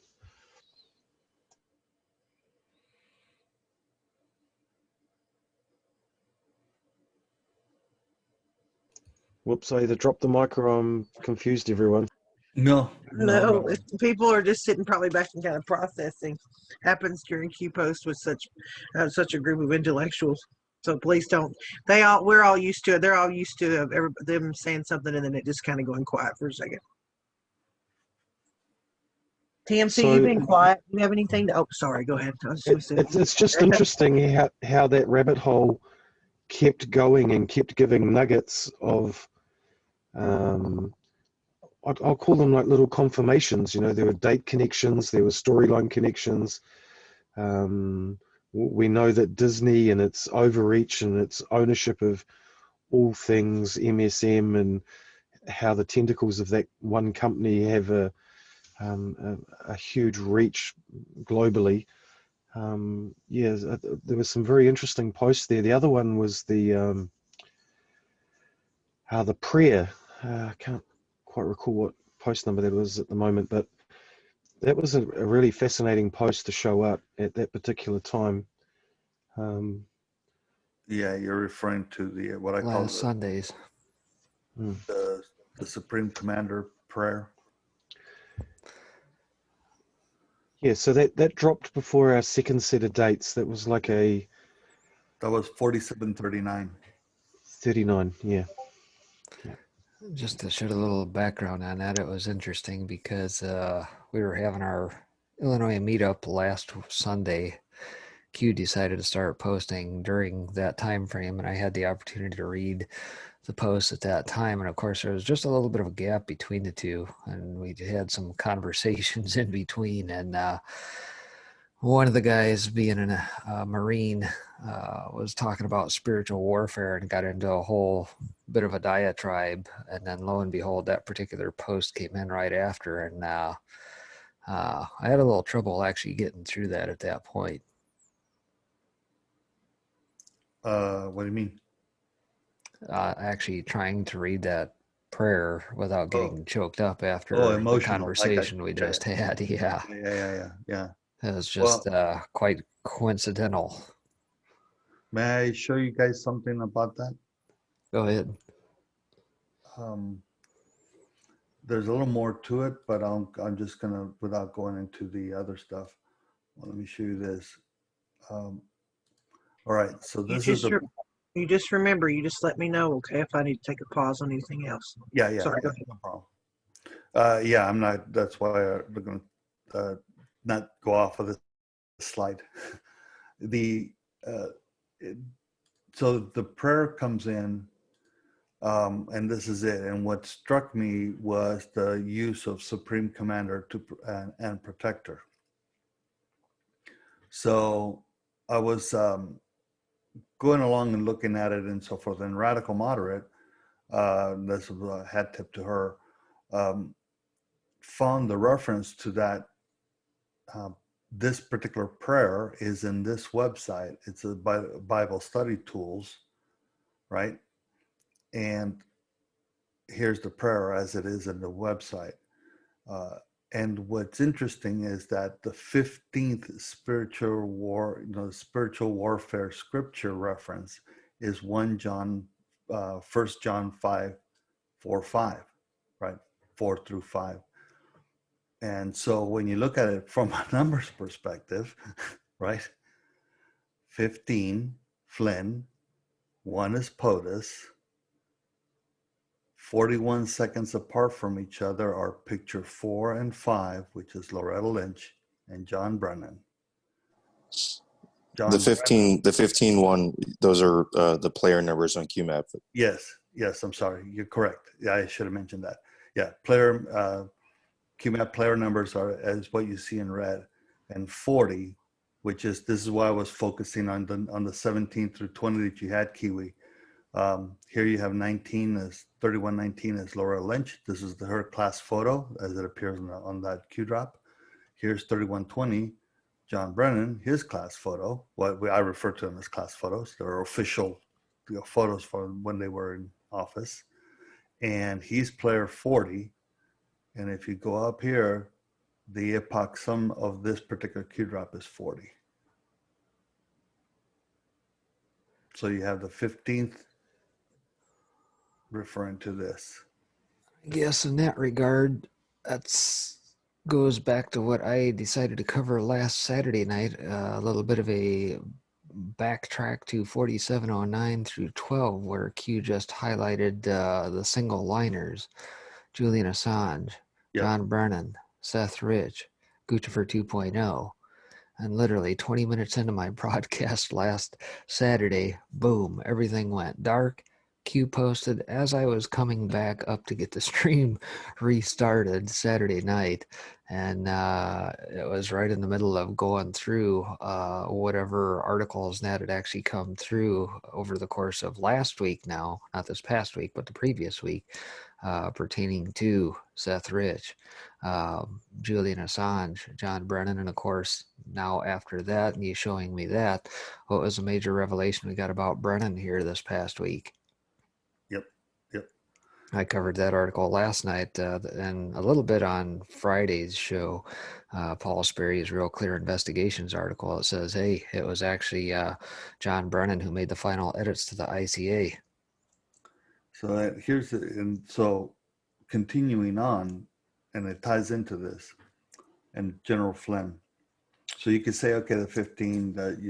Why did you go to the 15? Because Flynn is so much in the crosshairs right now, and so many things hinge off of Flynn. So Flynn, and I can't show this, but I'll speak to it. Flynn has the Twitter banner and the Twitter account, and also on Parler. He quotes Isaiah 6:8 on his as a scripture on his on his comment line. I don't know what they're called in Twitter, but basically is where you put in your kind of like a little short bio, right? He's got a bunch of hashtags and references in there, and he's even has this Parler ID in there. So again, back to Supreme Commander, which just struck me, right? So I searched the Bible. There's only 2 references to the word Supreme Commander, not together. There's one reference, it's one, as 1 Peter 2:13 is the word supreme. The second reference is Isaiah 55:4, commander. And when you look at Isaiah 6:8 and Isaiah 55:4, they both are 14. Interesting. Right. 6:8, 14, 5:5:4, 14. And then you have that play of 55:54, right, type of thing from the previous of John. When you include the I or the 9 for I, it adds up to 23, which is one of the marker things that they use. But what's really interesting is Pinata. Do you think, Pinata, should we show the green one? Well, I guess before you do, I'll make a quick comment about the Supreme Commander as well. It did kind of strike me as a little bit odd because having read as much of the Bible as I have and studying a little bit of the Hebrew names and whatnot, the Adonai, the El Shaddais, the Elohim, Elohai type names, and Jehovah Jireh, things of that nature, all the various names used throughout the Bible and terms and meanings. Even so far as getting into the book of Enoch, where he's referred to as the Ancient of Days, never do I recall ever seeing God referred to as the Supreme Commander in any of the versions that I've read. Correct. Yep. As far as interesting, because when I searched the online King James, which has a word, right, a word level search, and I put in Supreme Commander, it actually not only looked for that, but it split them up as single words, and that's what the only Right. two hits it found, Yeah. which is to me pretty odd. Pinata, are you there? Yeah. Yeah, I would say this would be something don't record SoCo just because it's Yeah. still preliminary. Yeah. Okay. I'm good with that. Okay, hang on. I'll stop it. Pause recording. There you So, Pinata, you were saying that there's some scuttlebutt about Brad Parscale?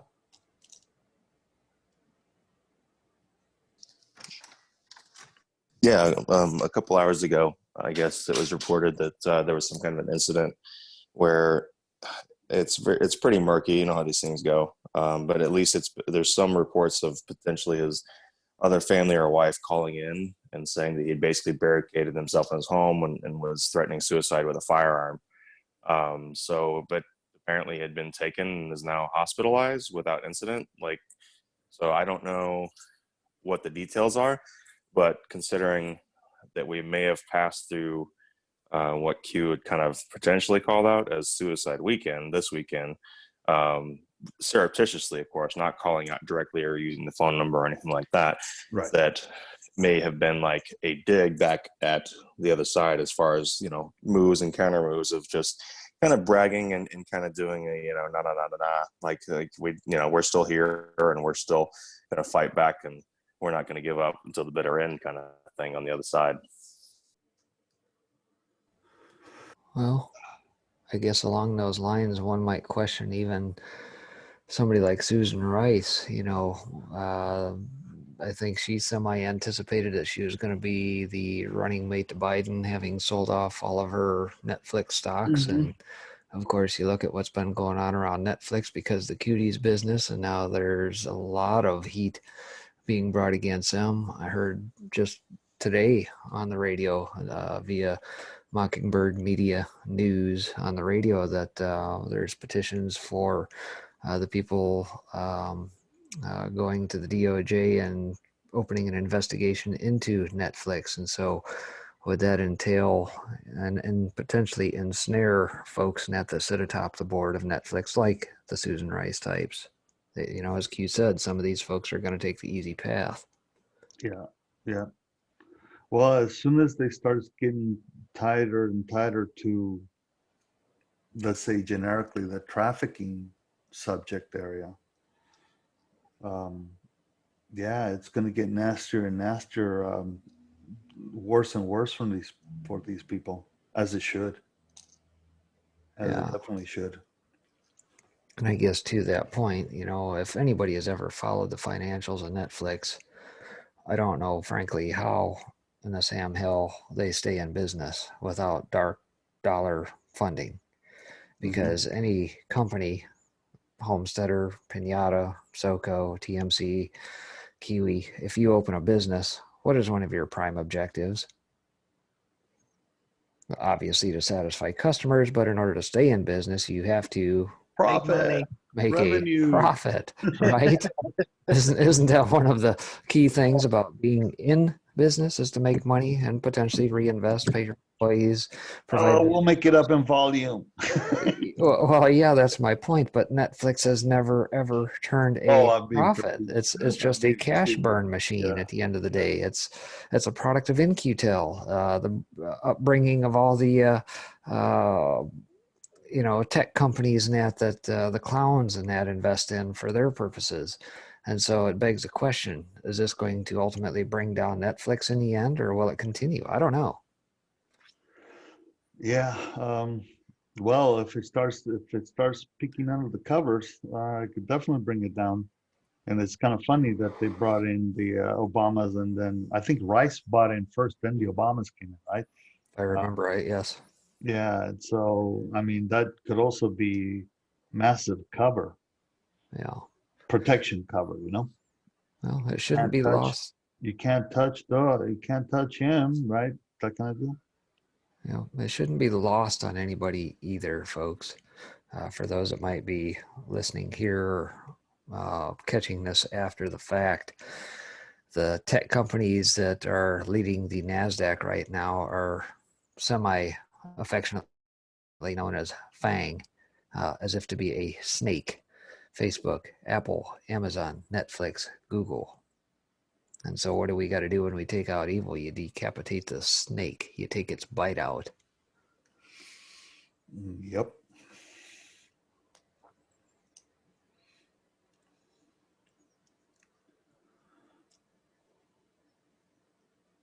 Carry on. Well, if I may, I'm going to go back to our favorite nice people here. Hey, I before you get into that, I have a question for everyone. When you use your dishwasher, do you wash your dishes a lot beforehand, or do you just like throw them in? Like, because I feel like I may be overworking myself, and I should really just let the dishwasher do its thing. And this is what we love. This is what we love about the think tank. I'm going to tell you something.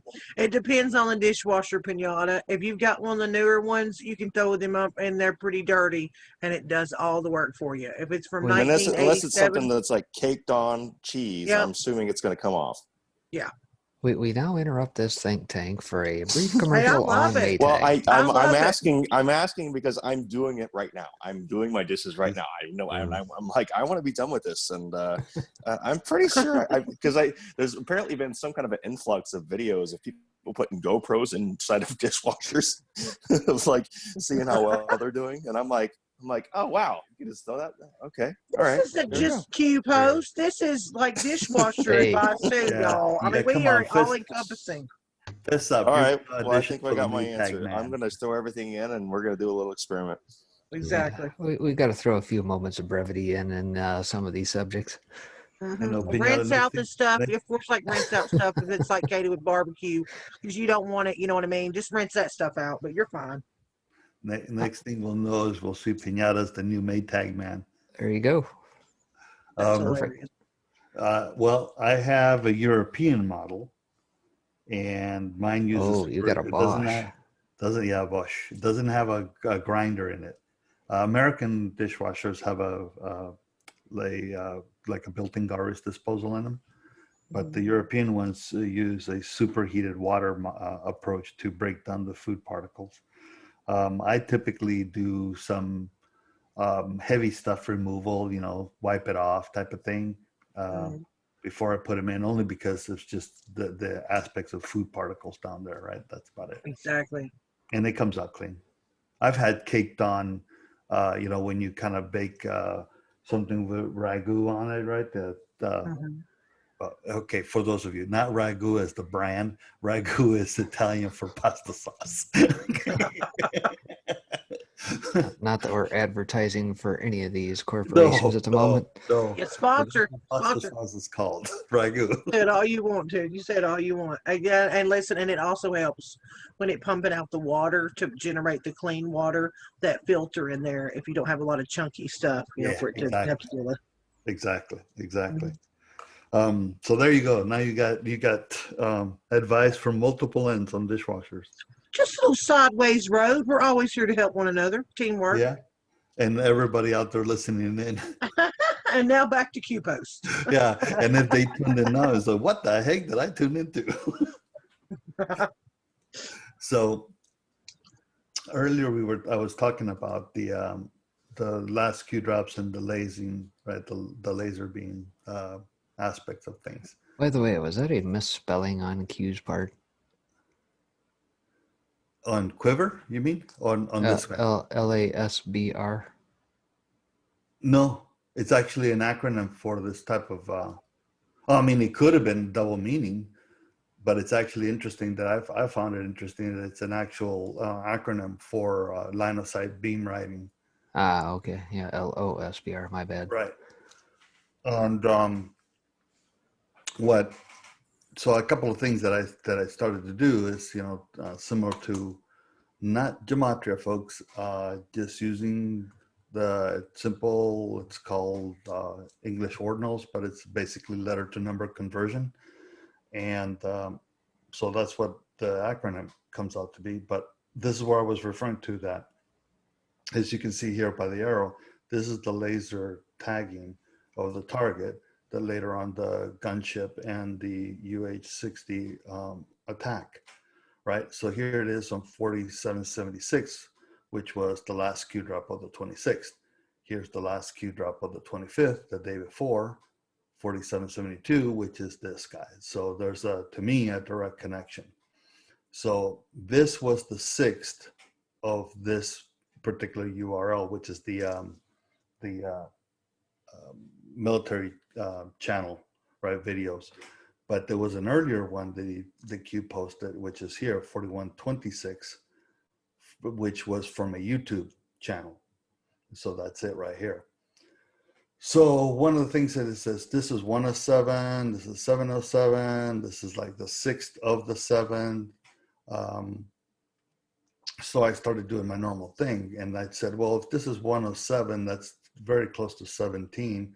So I took the delta between this guy, date and time, to this guy, date and time, and they came up with this. Then because of date, hour, minutes, and seconds, I converted to hours, total hours as well. I found an interesting other pattern is that when you look at the 4776 to 4126, and you do the delta there, you end up with the 6 repeating and the 4 repeating, with, in essence, your 650 or 0650 or 65 essentially is your delta between the 7 and the 7 and the 12. It goes to the 77 that you were mentioning earlier, Kiwi, if you're still with us. But I found interesting that the very last Q period of darkness, which ran from the 22nd to the 23rd, was period 165. So you have that, even though it's a 1, you have that aspect of the 65 here. But more importantly is the 34, 22, 12. Well, here's picture 3 and here's picture 4. And the sum, whether you sum it as their 2 initials in the 2-3 pattern, 2 initials to 3 initials, or 3 initials to 2 initials, they both add up to 66, which is your value right here, right? So here is Rice, photo 3 of 7, player 44, drop 8 of 13. 14 seconds later, Loretta Lynch, 4 of 7, 19, drop 9. So I'm calling this marker 9 for the simple fact that M and 9 is, right, 22, which is your minute here. You got these 2 here, then I'll go forward to Brennan, that's 41 seconds later, right? That's 55, 5 by 5, and you do double that because then marker 9 was in 3716, also in 3717, the 2 Q drops with 0 delta, that's 44. Her time, the sum of her epoch time, come on, is 44. So then continuing on,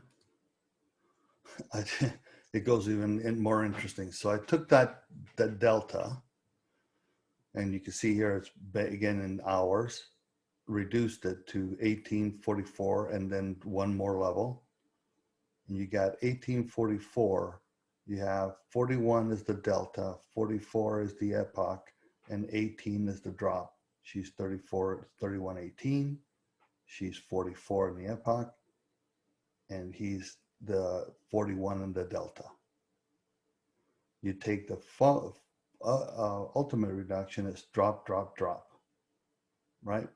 It's the 9th drop, the 8th drop, right? And then the 5th drop is 3115, which happens to mention Bill Clinton, Hillary Clinton, and George Soros by their player number. I guess, Homesteader, before you continue, Yeah, I guess I might just quick interject and say that, if somebody's watching this who hasn't followed your work in the past or been following Q for a long time, a lot of these players that you're speaking of came off of qmap.pub before it went down. Obviously, many of us have archived the crap out of a lot of this stuff, so we know, you especially probably know the players' numbers pretty well by heart by now, but for those that are maybe new to seeing this stuff, a lot of this stuff is archived, and so potentially when QMAP comes back up, you'll be able to see these guys as they're respective numbers and player numbers and whatnot on the site. And there's Correct. also Homesteader. He also has a lot of there's videos on We the People Patriot Insider, right? That kind of shows what you do as well. Yes. You have a couple. Okay. Yeah. All right. Yeah, and it's true. Unfortunately, we through time. I mean, the player numbers are still in play, and I'm do hope that QMAP comes back online. And like you said, we've all archived it. I actually have all the players archived, as well as the archive site. The Internet Archive is out there and has it. It's a little tricky to use for this particular one for the players, but it's available. And thank you for bringing that up, Spectre. So here's what I did is this aspect. Okay, so if the focus is here, 3-4, 13, 14, that comes from an aspect of their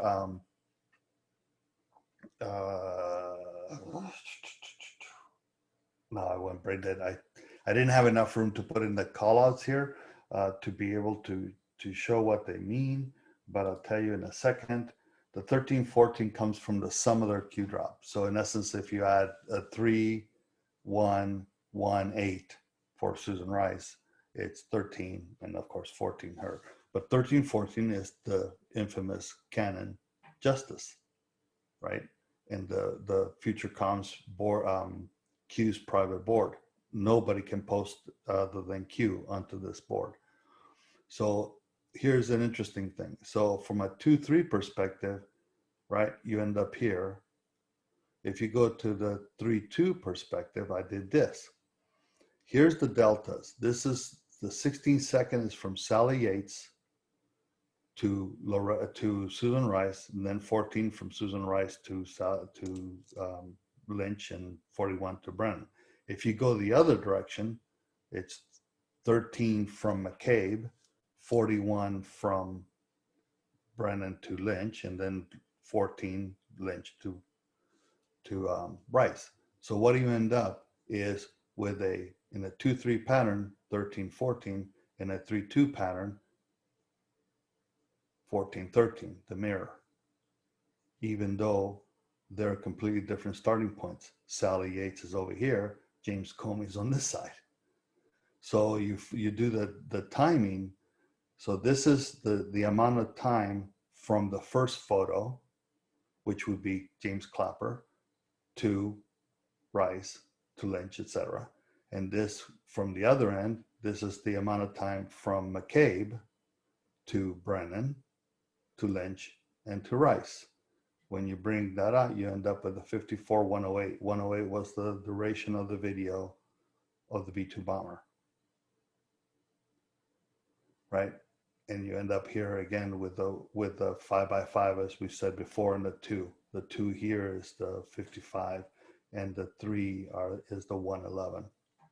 So this is very interesting, a way that the timing goes out. I'm not going to cover this one, other than just to give you what it means. So the deltas, which basically says what's the difference between the 2 dark periods of the Q was. So what I did is I started noticing a pattern that if you were to take their initials and apply them to in essence here, 37, to a dark period, so period 37, and Loretta Lynch to period 24, within 2020, and this is a 22 pattern. In essence, 2 initials to 2 initials. This is a 33 pattern, 3 initials to 3 initials, and then here's the 2-3-3-2 pattern. You end up getting, these are the resulting values in the number of seconds, the hours, minutes, and seconds, and the days. And so I went from Rice to Lynch, Lynch to Brennan, as we have here, and then from start to end, Rice to Brennan. And interestingly enough, it looks like these numbers are part of the resulting set that we get. But what I want to call attention to is this: 143, you go to Q drop 143, it takes you to the 7 CIA computers, which is Snow White and the 7 Dwarfs. Snow White, SW, is 42. Susan Elizabeth Rice is 42. In here is the word important, which is 126, right? You see that right here? Okay. The first name letter of each of the 7 dwarves is in the reverse, 126. The same value is important. Now, one of the things that caught my eye was the order. This quote unquote Anon puts the order as Doc, Dopey, Bashful, etc., as you can see here. But the actual order from an official naming convention perspective, when they were introduced in the movie, is Doc, Bashful, Grumpy, Sneezy. The order that the Anon puts them in, you end up with 44 and 1919, which is Loretta Lynch. She is player 19 on Q drop 3119. And the epoch time of her Q drop is 44, the sum thereof. So I went and pursued it further. If 143 was there, earlier we had seen these numbers pop up, so I brought 143 back in again. And you look at the watches, this particular watch, right? The 143, if you look at it from a mirror perspective, is 341, which is right here. 341 is the time on this watch. Pi is the name of the file. So you go this way, and then you take up on this path to Q drop 314 right here. You end up with this particular drop having this mirror. 1554 51 is equal to 1545. Same. 4 and 5 are Brennan and Lynch and Brennan. So if you look at it from, this is Brennan's photo, this is Lynch's photo, or vice versa. If you then took this same drop again, except this time Q crops it by scrolling. As you can see here, the image shows him scrolling through QMap. Back then, let me zoom in so you can see it. This is Q drop 3092. You can see that it looks like he's scrolling through the phone on QMap, but there's ample room here to show the rest of the drop, but Q stops it right here. And the phone time is 4:30, which is later than the drop time. Now, this could have been an earlier day, but it's later than the drop time, right? And this one was marker 1 complete. When you go and look closer at that image, you'll see that the crop line is the 1-4 line, the 1 hour to 4 hour, and 4-3 again. So here's the mirror of 3 and 4, 4-3, which are Rice and Lynch by their photo drop. And if you go down here, cropping the time creates if you look at it from this way, it's a 1-4, this is a 4-1. It may look like 42 for those of you looking at it, but if you actually look closer, it's 41 minutes, 53 seconds. What's very interesting is that, I didn't do it on this guy here. Oh, I'll do it it's on the next one. So then I pursued it further. If you look at that Q drop, the one we were just looking at without the cropping, this little white dot that's right here on the pen lines up between 11 and 5, 11.5 or 115. And that puts you on the 4th line of the notepad. 1, 2, 3, 4. The other side is the 10-5, the second hand, the small second hand here, which is at the 53 line. You follow that, it puts you at the actually 10, 5, and 1 tick mark. But that lines you up to the 3rd line of the notepad. 4, 3, 3, 4. Rounding out the whole thing, that's Q drop 2913. So I said, okay, since we were dealing with mirrors on the other one, what if we mirrored 2913 to 3129, and we end up with this Q drop, which speaks of 51 children. And when you bring in this is not a game, and you notice how he says this space not space a game, so he takes them as individual words and together, and it brings in the 51, in parenthetical 51. If you remember, this is the terrorist act, if I remember correctly, was in Spain, or it was in Italy. It was in northern Italy that they took a bus, and there were children inside of it, and they were trying to light the bus on fire, and the people run away. There was a video. I think this is the breaking news video that's in here. But again, the reason for this is this aspect. Remember the 51 and the time here. So then when you go down this path, the delta between these two is 17 days, and you end up with here. Look at 2913, 3129.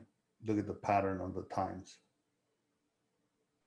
Okay, I don't want to give away too much here. I'm going to ask the question, though, because y'all kind of hinted around to it earlier, that I know you and Pinata and Kiwi had kind of hinted to it about, like, something had started, like basically the clock had started, if you will. Can you elaborate on what you mean by that as much as you can without possibly, I guess, giving too much away? I don't even know if it's possible. Well, from what I could tell so far, they got a plan, obviously, right? A plan has a certain timetable, and they have some aspect of flexibility. I akin it to I've used this analogy before. In a project plan model, there's a notation format called PERT, and think of it as blocks where you put in the task and the duration, and then you start laying out which ones are what's referred to as the critical path. In essence, the tasks that are aligned themselves back to back to back to back, that takes you to the end of the project. And if any one of them is delayed, you in essence affect the project. Either if it's delayed, you make the project longer. If it's accelerated, you make the project duration shorter. In between those, you have other tasks that are more flexible. Yeah, they should be finished with this, but it's okay. It can run a little longer. It could be a little shorter. It will not have an effect of the critical path. I think that's what we're seeing here in concept, that there are some things that they've laid out as actions to be done. Some of them are timed to the nth degree because they are in the critical path. Others are more flexible. And I'll throw one in there. For example, the DNC, the Democrat National Convention, was supposed to happen in July, but because of COVID, it got pushed to August. So the question is, what tasks, and I don't know what they are, I'm just saying from an example, what tasks were there that were tied to before or after, because that, on the last day of the convention, that's when Biden is crowned, right? Although they kind of jockeyed it around a little bit, but he was crowned earlier, and he did his acceptance on the last day. So was there a dependency there? Another one is Flynn. Flynn is a dependency. There's a lot of things that obviously surround Flynn, because the minute Flynn's able to talk, I'm going to stop the share here. The minute Flynn is able to talk, a whole bunch of things can happen, right? So there's some things that are definitely tied to Flynn. What they are and what level of dependency, I don't know. Spectre, you were about to say something, sorry.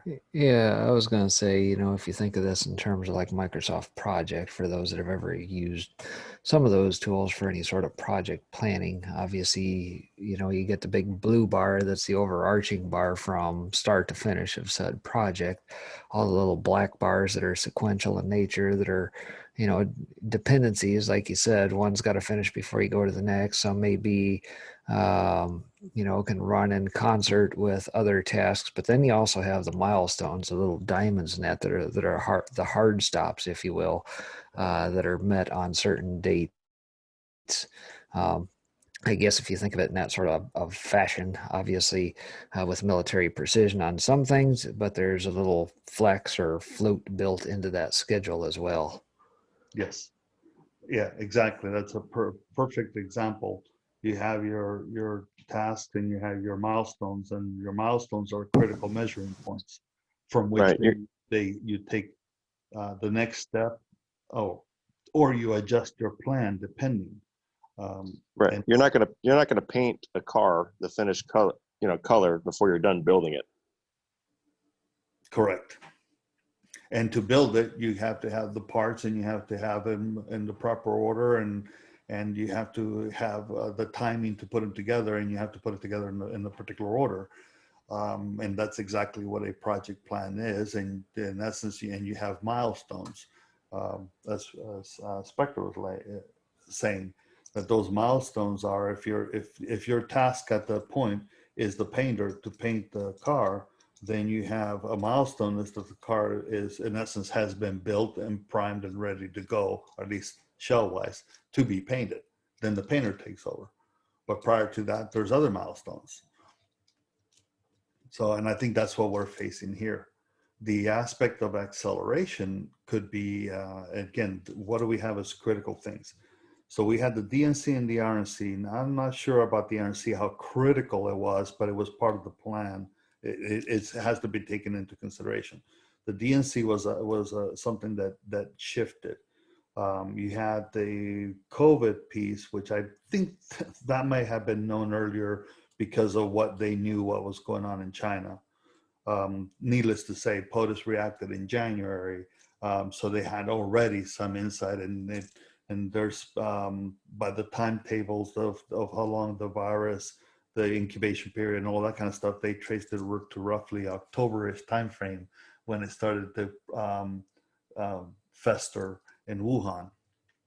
So obviously they had eyes on, and if you follow the money and all the things that went into the lab, more than likely they already knew what was coming down, or at least what the potential was. So the other aspect is Flynn. You had Flynn coming in, and there's a lot of times we thought it was going to happen, and then and they pull a rabbit out of the deep state pulls a rabbit out of the hat with the amicus and so forth. And now we're facing another, in 2 days, we're facing another major big one with even more exculpatory evidence coming into play. But Flynn is a major thing. The minute Flynn opens up, that's a milestone right there. The minute Flynn opens up, there's all kinds of things that Flynn can corroborate and or speak about. And then, of course, you have the big kahuna, the election. And again, that's a major milestone, but it's not the end of the project.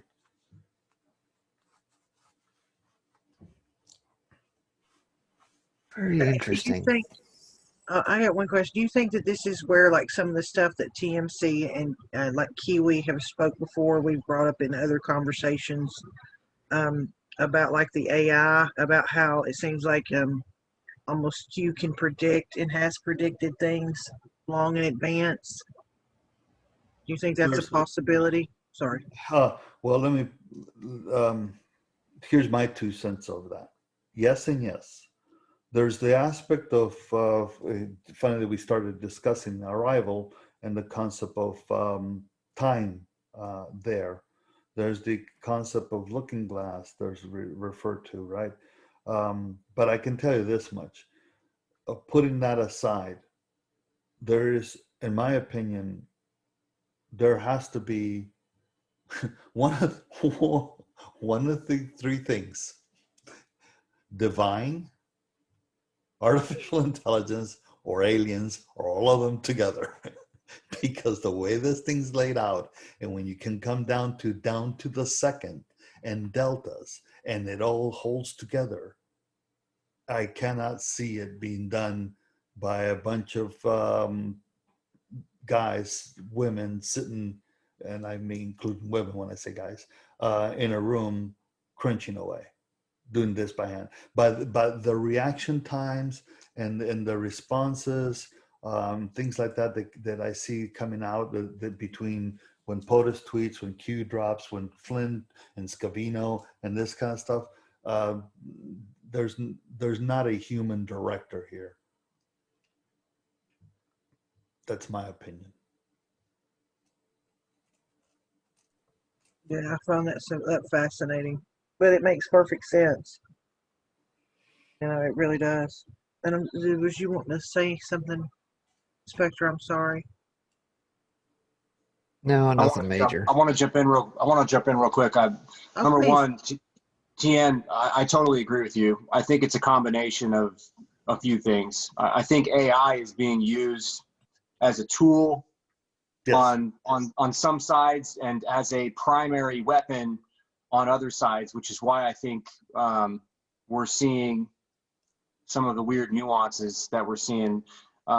Your statements about Looking Glass and time and how time to some extent is not relative because it's so specific, which is kind of a weird thing to get your mind wrapped around, is spot on. So I'm glad that before I hung up, because I have to go on air on PSB in a few minutes. I'm glad that I actually got to hear that out of your mouth. So you made my night, brother. Thanks, TMC. And I'll part with this one for you. You know how it said Snow White? And I think I may have mentioned this to you before. There's a movie called Deja Vu. Yeah. With Denzel Washington in it, right? Yeah. The project that allows them to go back in time and for them to look back in time is called Snow White. You know, it's funny. I literally was one click away from watching that movie last night. Watch it. It's a good flick. From an entertainment perspective, it's a good flick. Yeah. But the tech, you'll love the tech. And it actually is called, and how he's brought in, he's a novice, right? He's just an ATF guy. And he's brought into the people that run the tech. And he actually figures out that it's more than they're telling him. And he kind of does a test and experiment, and he proves that he was right? It's clever how he does it. But the interesting part is that to me, it was like the project was called Snow White. You know how they, And what was the name of the movie? Was it Snow White? Deja Vu. Deja Vu. Deja Vu. Okay, all right. Deja Vu. I have to put that in my queue.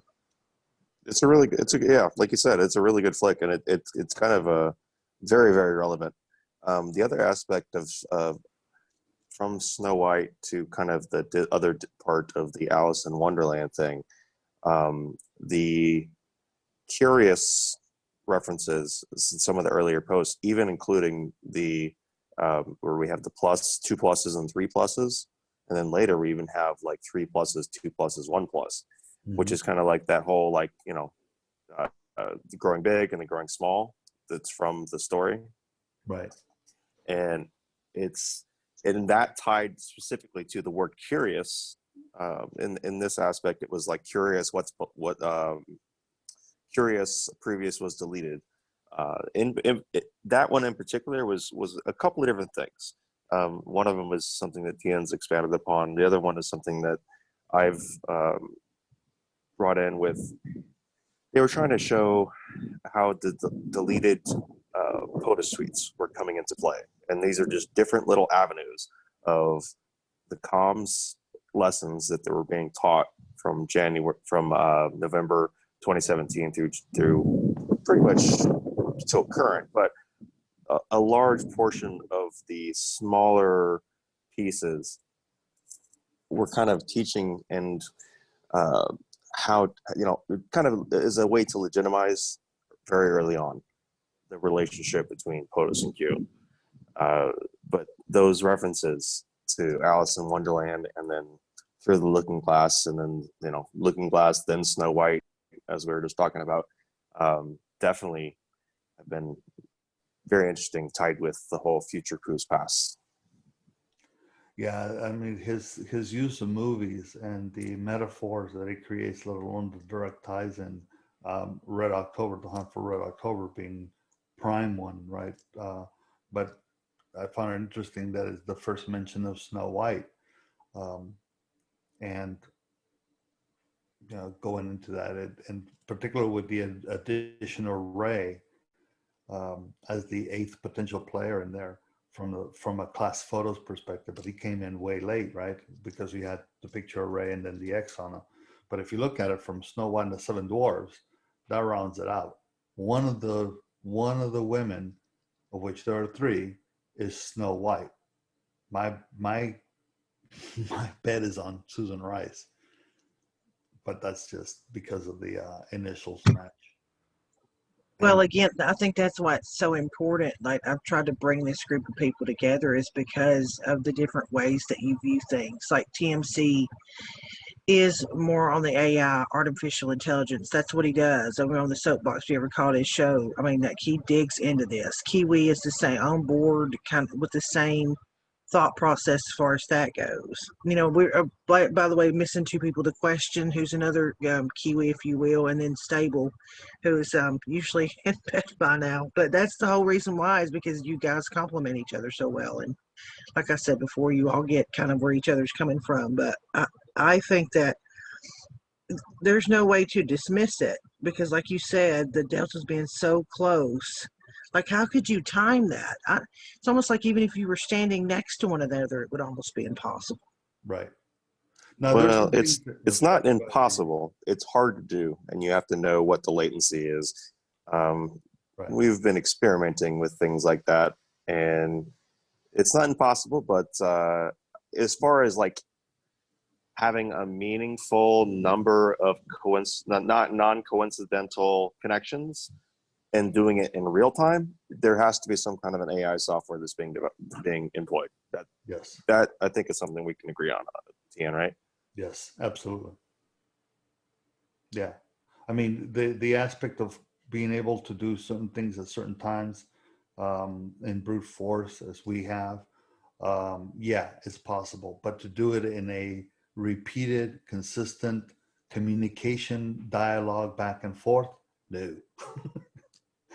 As Pinata says, no, that requires a much larger, much greater level than human. So one more thing to add to that. How do you explain the synchronicity of the human component, the human involvement? Well, now I think you're leading into the AI enhanced humanoid. Yeah, exactly. What I'm getting at is, well, not exactly, but you're on the right track. What I'm getting at is systems that are available that talk to and or stimulate the human at the right time. And to your point, Pinata, the idea of latency, to be able to understand latency is one thing. To be able to understand latency in a diverse network is another.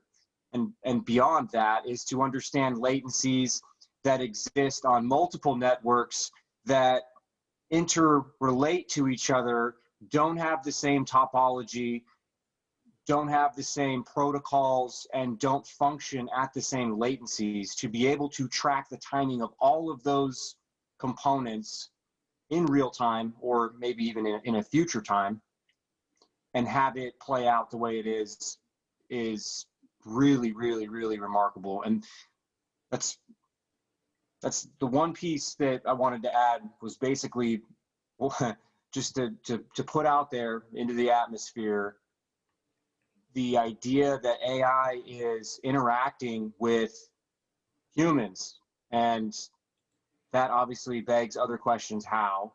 And if we're not wired up, or you don't think we're wired up, then how? What mechanisms are in place that enable what we would consider intuition, or what we would consider impulses, to ultimately perform some function or action that then falls into some type of timing, which takes me further down this rabbit hole of, we each have our own aha moments. We each have our own synchronicities and congruities with what it is we're researching, and the timing with which certain revelations are made to us. and their relevance to us personally, as well as to what's going on in the broader perspective. So when we talk about latencies and timing and synchronicities, I think it's far more sophisticated, far more complex, and far more reaching than simply looking at what we can espouse out of our mouths and collaborate on as it relates specifically to the posts. I agree. The degree by which the content of the post, the timing of the post, and the interrelationships with them, and the coordination of one leading to another. I mean, there's only so much that you can, at least for my feeble brain, that you can throw out there and have a sufficient number of pickup sticks fall that fit your need without having to pick them up again and throw them down again. And it's like repeating over and over and over again, where the delta between these and the mirrors of these will consistently paint a picture and will lead you to it. It's just incredible. And the dynamic aspect of it too, it's that the same drop can be used for multiple things because it's weaving a different path for a different purpose or for a different target individual.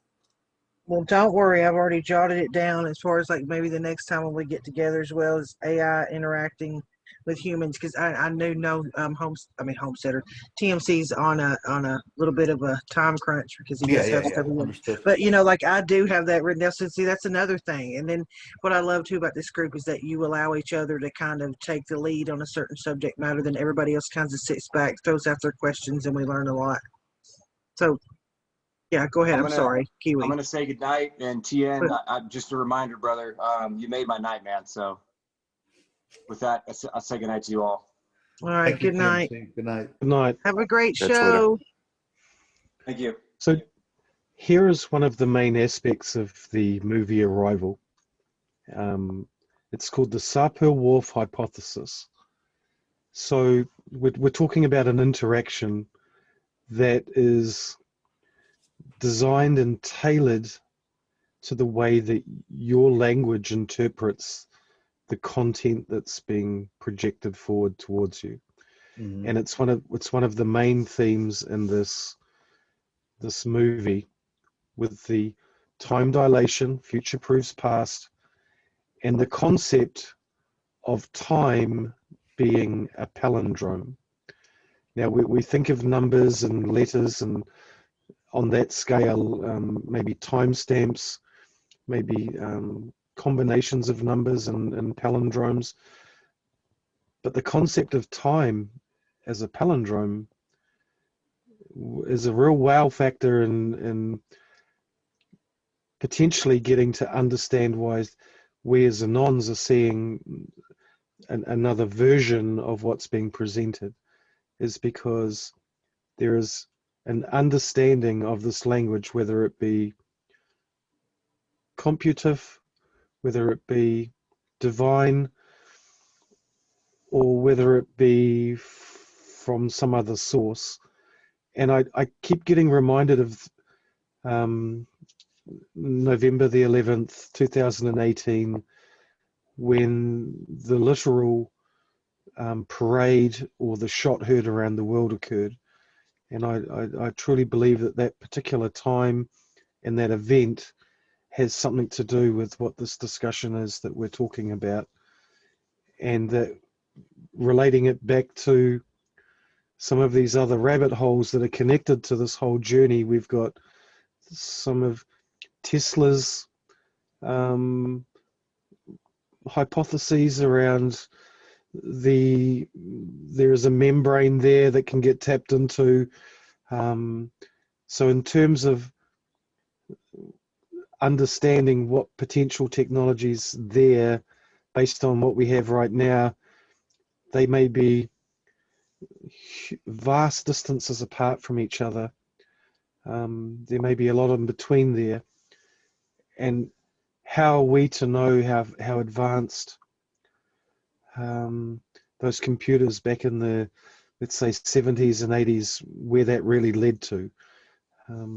It's been a great discussion. It's one that I'd like to contribute some more discussion on, because what we're seeing here by your presentation here, TN, is that there is a really in-depth numerical pattern here that's getting to the point where it's consistent. It's becoming probable, and as each post drops, this map that's being presented gets a little bit more detail. There's more ratio in there, there's more definition, and like I actually understood where you were going tonight with your conversation, and the one difference this time for me was the main basis in that movie Arrival, which is the concept of something being a mirror of itself, whether it be a memory, whether it be something that's happened in the past, or whether it's in the present. There's always the mirror, and you can define that as palindrome or future proofs past or whatever. Right. But it's all interacted. All those golden threads are all similar. They mean similar things, but they all actually define the essence or the backbone of what we've been discussing tonight. Yeah, very true, and I think this is where it goes back to some of the things that Pinata has discovered, and myself, is that it's a learning evolution, and where Q is giving us things to learn from. There's the layer that basically is your, let's say, I don't want to sound demeaning or anything like that, not intended, but it's kind of like your normie communications, right? The thing that's right in your the obvious stuff, the article that's being posted, or what he says about any particular subject. Then you have the second, third, fourth, and umpteenth tier.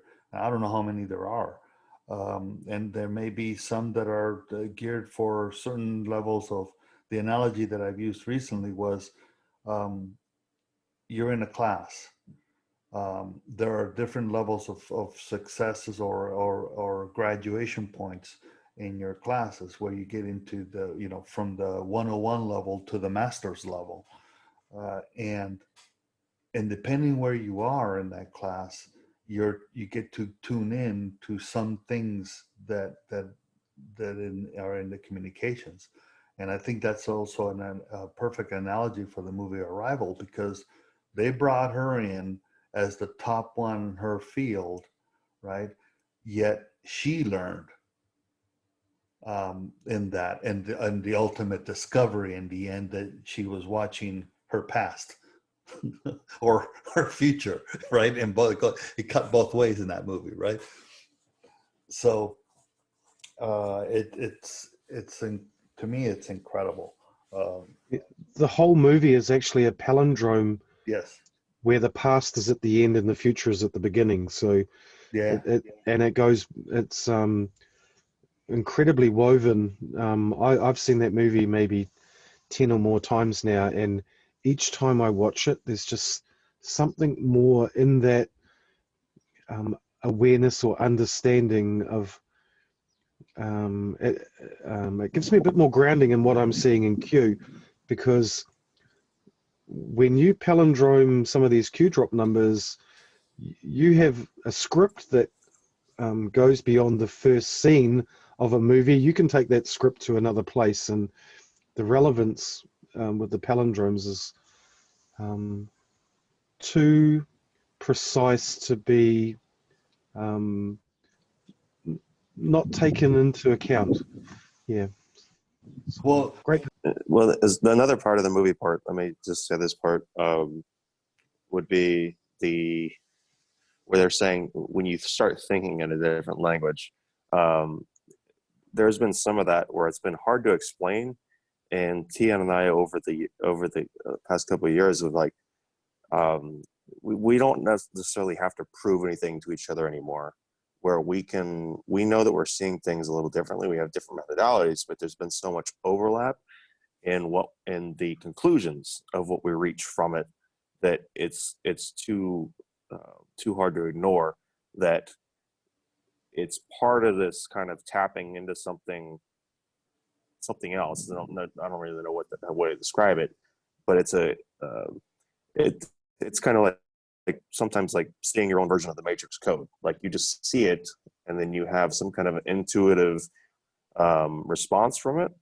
And this could be part of that kind of AI thing that we've been talking about that could be attributed to it, where there are pieces of it that, depending on which parts of the communication you're following, be it the daily timestamps or versus something longer versus more of a date span thing or more subject matter oriented, whatever that might be, there is a way that it's tied together in such a way that's, and it could be going back to research generally on what they know of, like, how we think, which is too larger subject approach right here.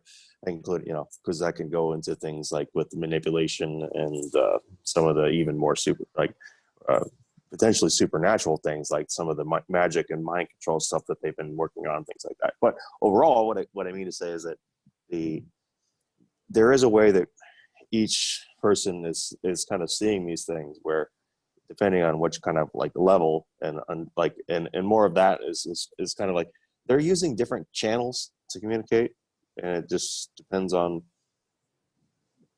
what you're able to incorporate, kind of where you kind of might fall in terms of like some sort of an aptitude. But again, not in like a demeaning way. This is just simply just like, what is your current bandwidth, and able to spend time on this and to see enough of this at one time in order to establish the patterns that you're seeing that are lining up with the events that are unfolding. Kind of reminds me of the song by REM. What's the frequency, Kenneth? Yep. Which is also something interesting that I discovered just recently, the aspect of the tome, which is from the Greek letters, right, to accentuate. And this just was a revelation today for me, and the aspect, because I was going down the biblical path, and when Q was saying R equals 18, or actually acknowledging a non-saying R equals 18. Well, the last book of the Bible, Revelations, right, on the King James Version. And when you look at Revelations 1:8, that's when it mentions, I am the Alpha, I am the Omega, right? Well, when you start looking at Alpha and Omega, and the values from an alternate keyboard for those guys is pretty interesting.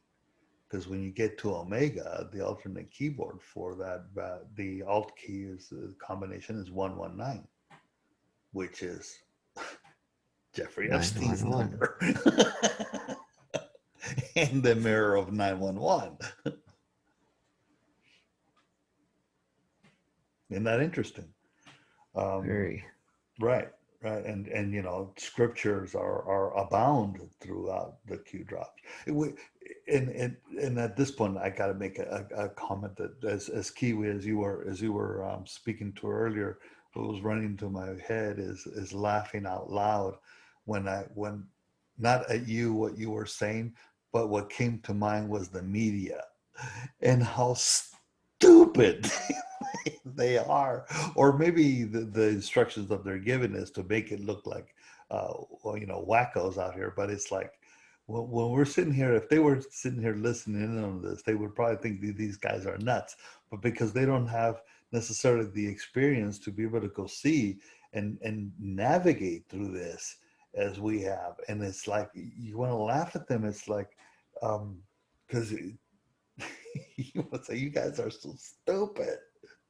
This is not some obscure, and certainly no 15-year-old in some basement.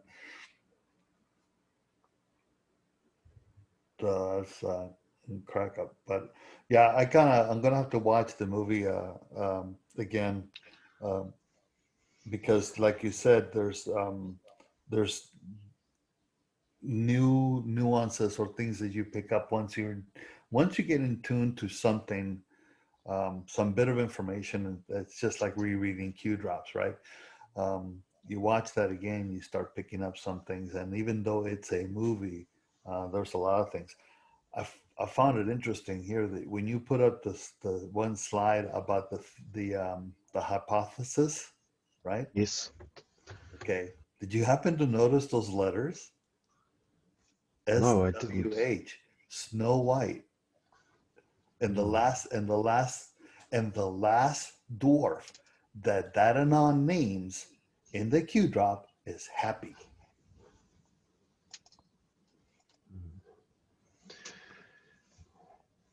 I found a really good breakdown of someone's interpretation of the nuances in that movie, and I'll put it in the link here for you, because it just helped me sort of break it down just a little bit more, because this person's language was a little bit more penetrating than my own understanding of what I was interpreting. So I'll put a link in here in the chat here to pass that link on, because it's only like 11 minutes long, and the guy does a really great job of breaking down some of those golden threads in that movie.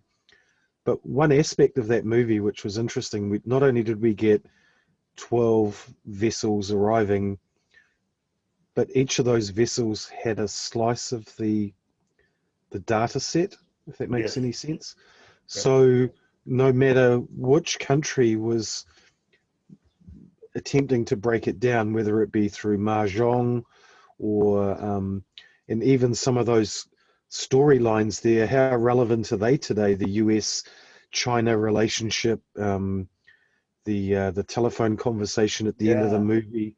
Like, there are some parallels to this movie, and we know that coming to war, right?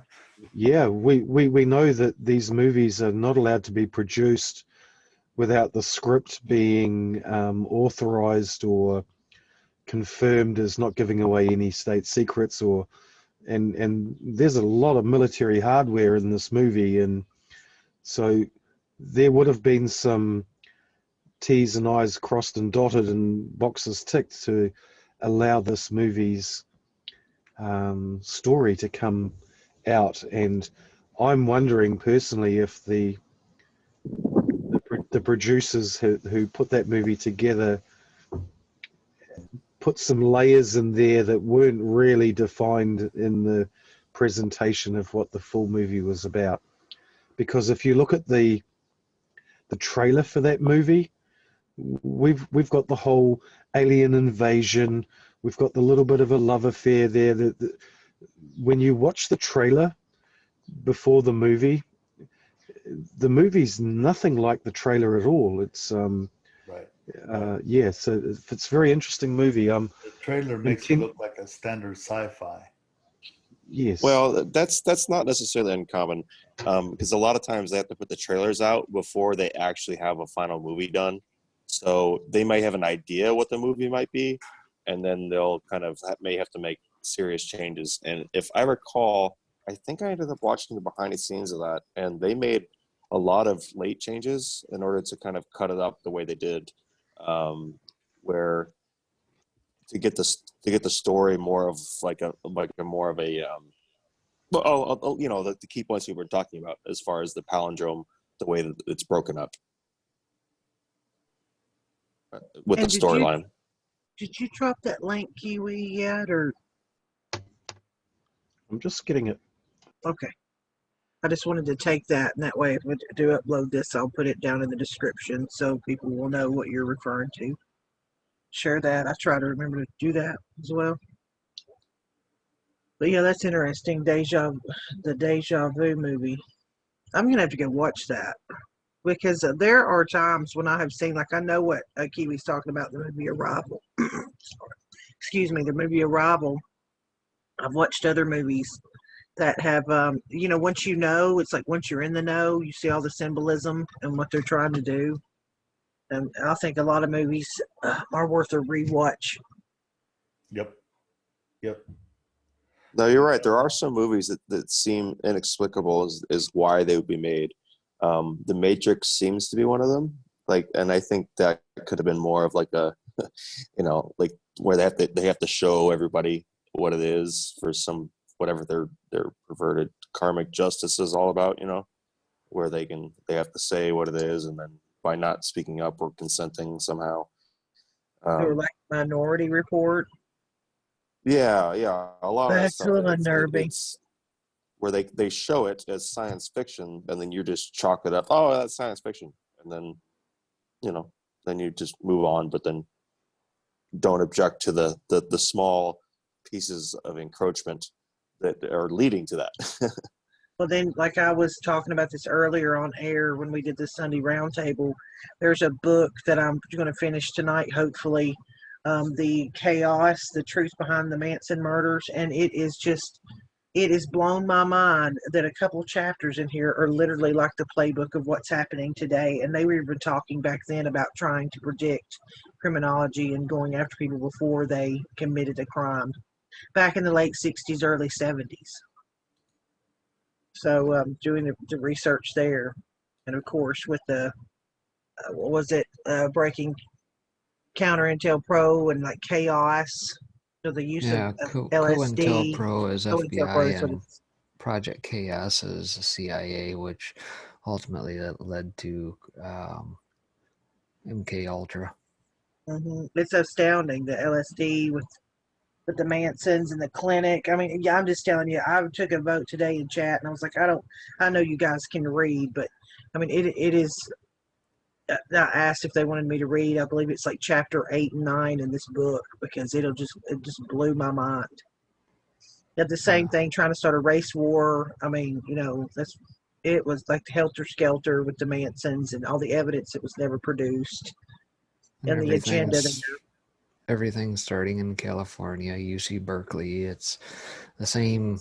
Again, Q called attention to the playbook and kill brackets. It's the same doggone thing today that played out back then, right down to the same damn schools and states and everything.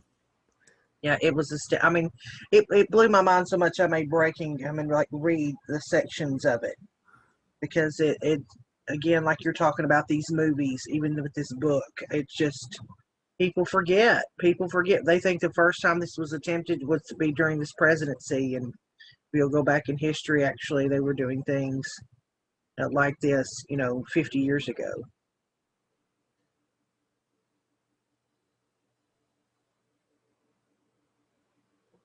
Awkward silence. I got that link, Kiwi. Thank you. I'll also put in the live recording link of the music that Q dropped from the artists in the recording studio. It's a different quality of music, so I'll put that link in there as well. I don't know if you've noticed, but we've got the song from their movie Arrival, and then we get the Last of the Mohicans again. And there seems to be a bit of a pattern in the music as well. They don't seem to have a crescendo. They just modulate flow at a very steady up and down pace. There's no catharsis in the music or anything like that. And I just thought that was interesting with the last two songs that Q's dropped as well. They're very melodic and captivating and relaxing, and there's something about the way that those music scores have been put together. It'll be an interesting dive.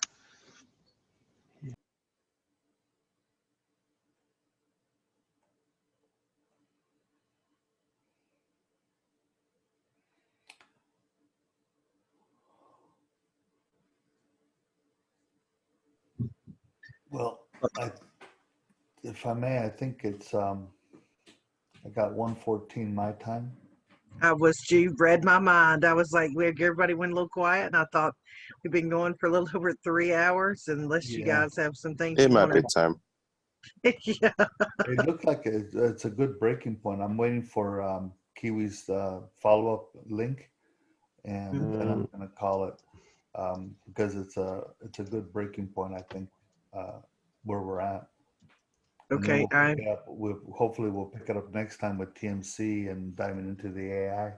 yeah, that's what I have wrote down for the next time, the interacting with the humans, and that's just interesting to me. And with that, then I'm going to go ahead and stop this recording. If you guys want to say anything before I do. Well, thanks. So, There's, sorry, go ahead. Go ahead. there's the link for the music for Oh, yeah. the live recording. Yep. I watch it every day at the moment. There's something about it. There's a reason for it, and I believe it's, for me personally, it's I'm tapping into something when I listen to that music, and I find that quite intriguing. So that's why I'm referring to it a bit. And just thanks again for the opportunity. Kiwi, if I may ask, as you're listening to more and more, can you, when you get into it, or if you happen to stumble on it, can you let me know what note and frequency it's using, and what hertz level it's using? I know it. I know it's an E major, but I don't know the frequency or the hertz. I just know it's E major. Okay, I can look across the ones that I follow, because there is the use of particularly G7 as a base. G7 at 440 hertz is the base, and then they go off of that from comms. So when you watch the video on the musicians with their instruments, there's a vibration that they all seem to be doing with their hands, which I understand that happens with string instruments, but the bass cellos and the bass violin that they're using, there's quite an excessive vibration of the hand on the instrument at the time. So there's some visuals there that may help you understand maybe a little bit more of some of that projection of what the person who wrote that piece of music, what that's all about. Okay. Yeah. Thank you. And And with that, go I'd ahead. like to say thank you for hosting the roundtable and offering the recording. I hope that the viewers of at 5x5 find it interesting, and looking forward to the next time. And I think they will. We've been doing this for now over 4 months, if you guys can believe it. We've been meeting and doing things like this. So the conversations were so interesting. I think that we should start keeping a record of them. And thankfully, everybody involved agreed. And so I just appreciate the content and the input. It's even more about it's just not just about the recordings. It's about the camaraderie and how everyone in here respects each other. People can agree to disagree, and I think we learn a lot from one another. I know I do. I know I'm probably the person who absorbs the most information, and so yeah, I appreciate it. I appreciate every one of you being here. I know how hard it is to get together. Do you want to say goodbye, Breaking Spectre, Pinata? Say see ya. Well, have a good evening, folks. Thanks for tuning in. Long recording if you've stuck with us this far. See you on the next one. There you go. There you go. I say goodnight, Pinata. Good night, everyone. All right, I'm stopping now.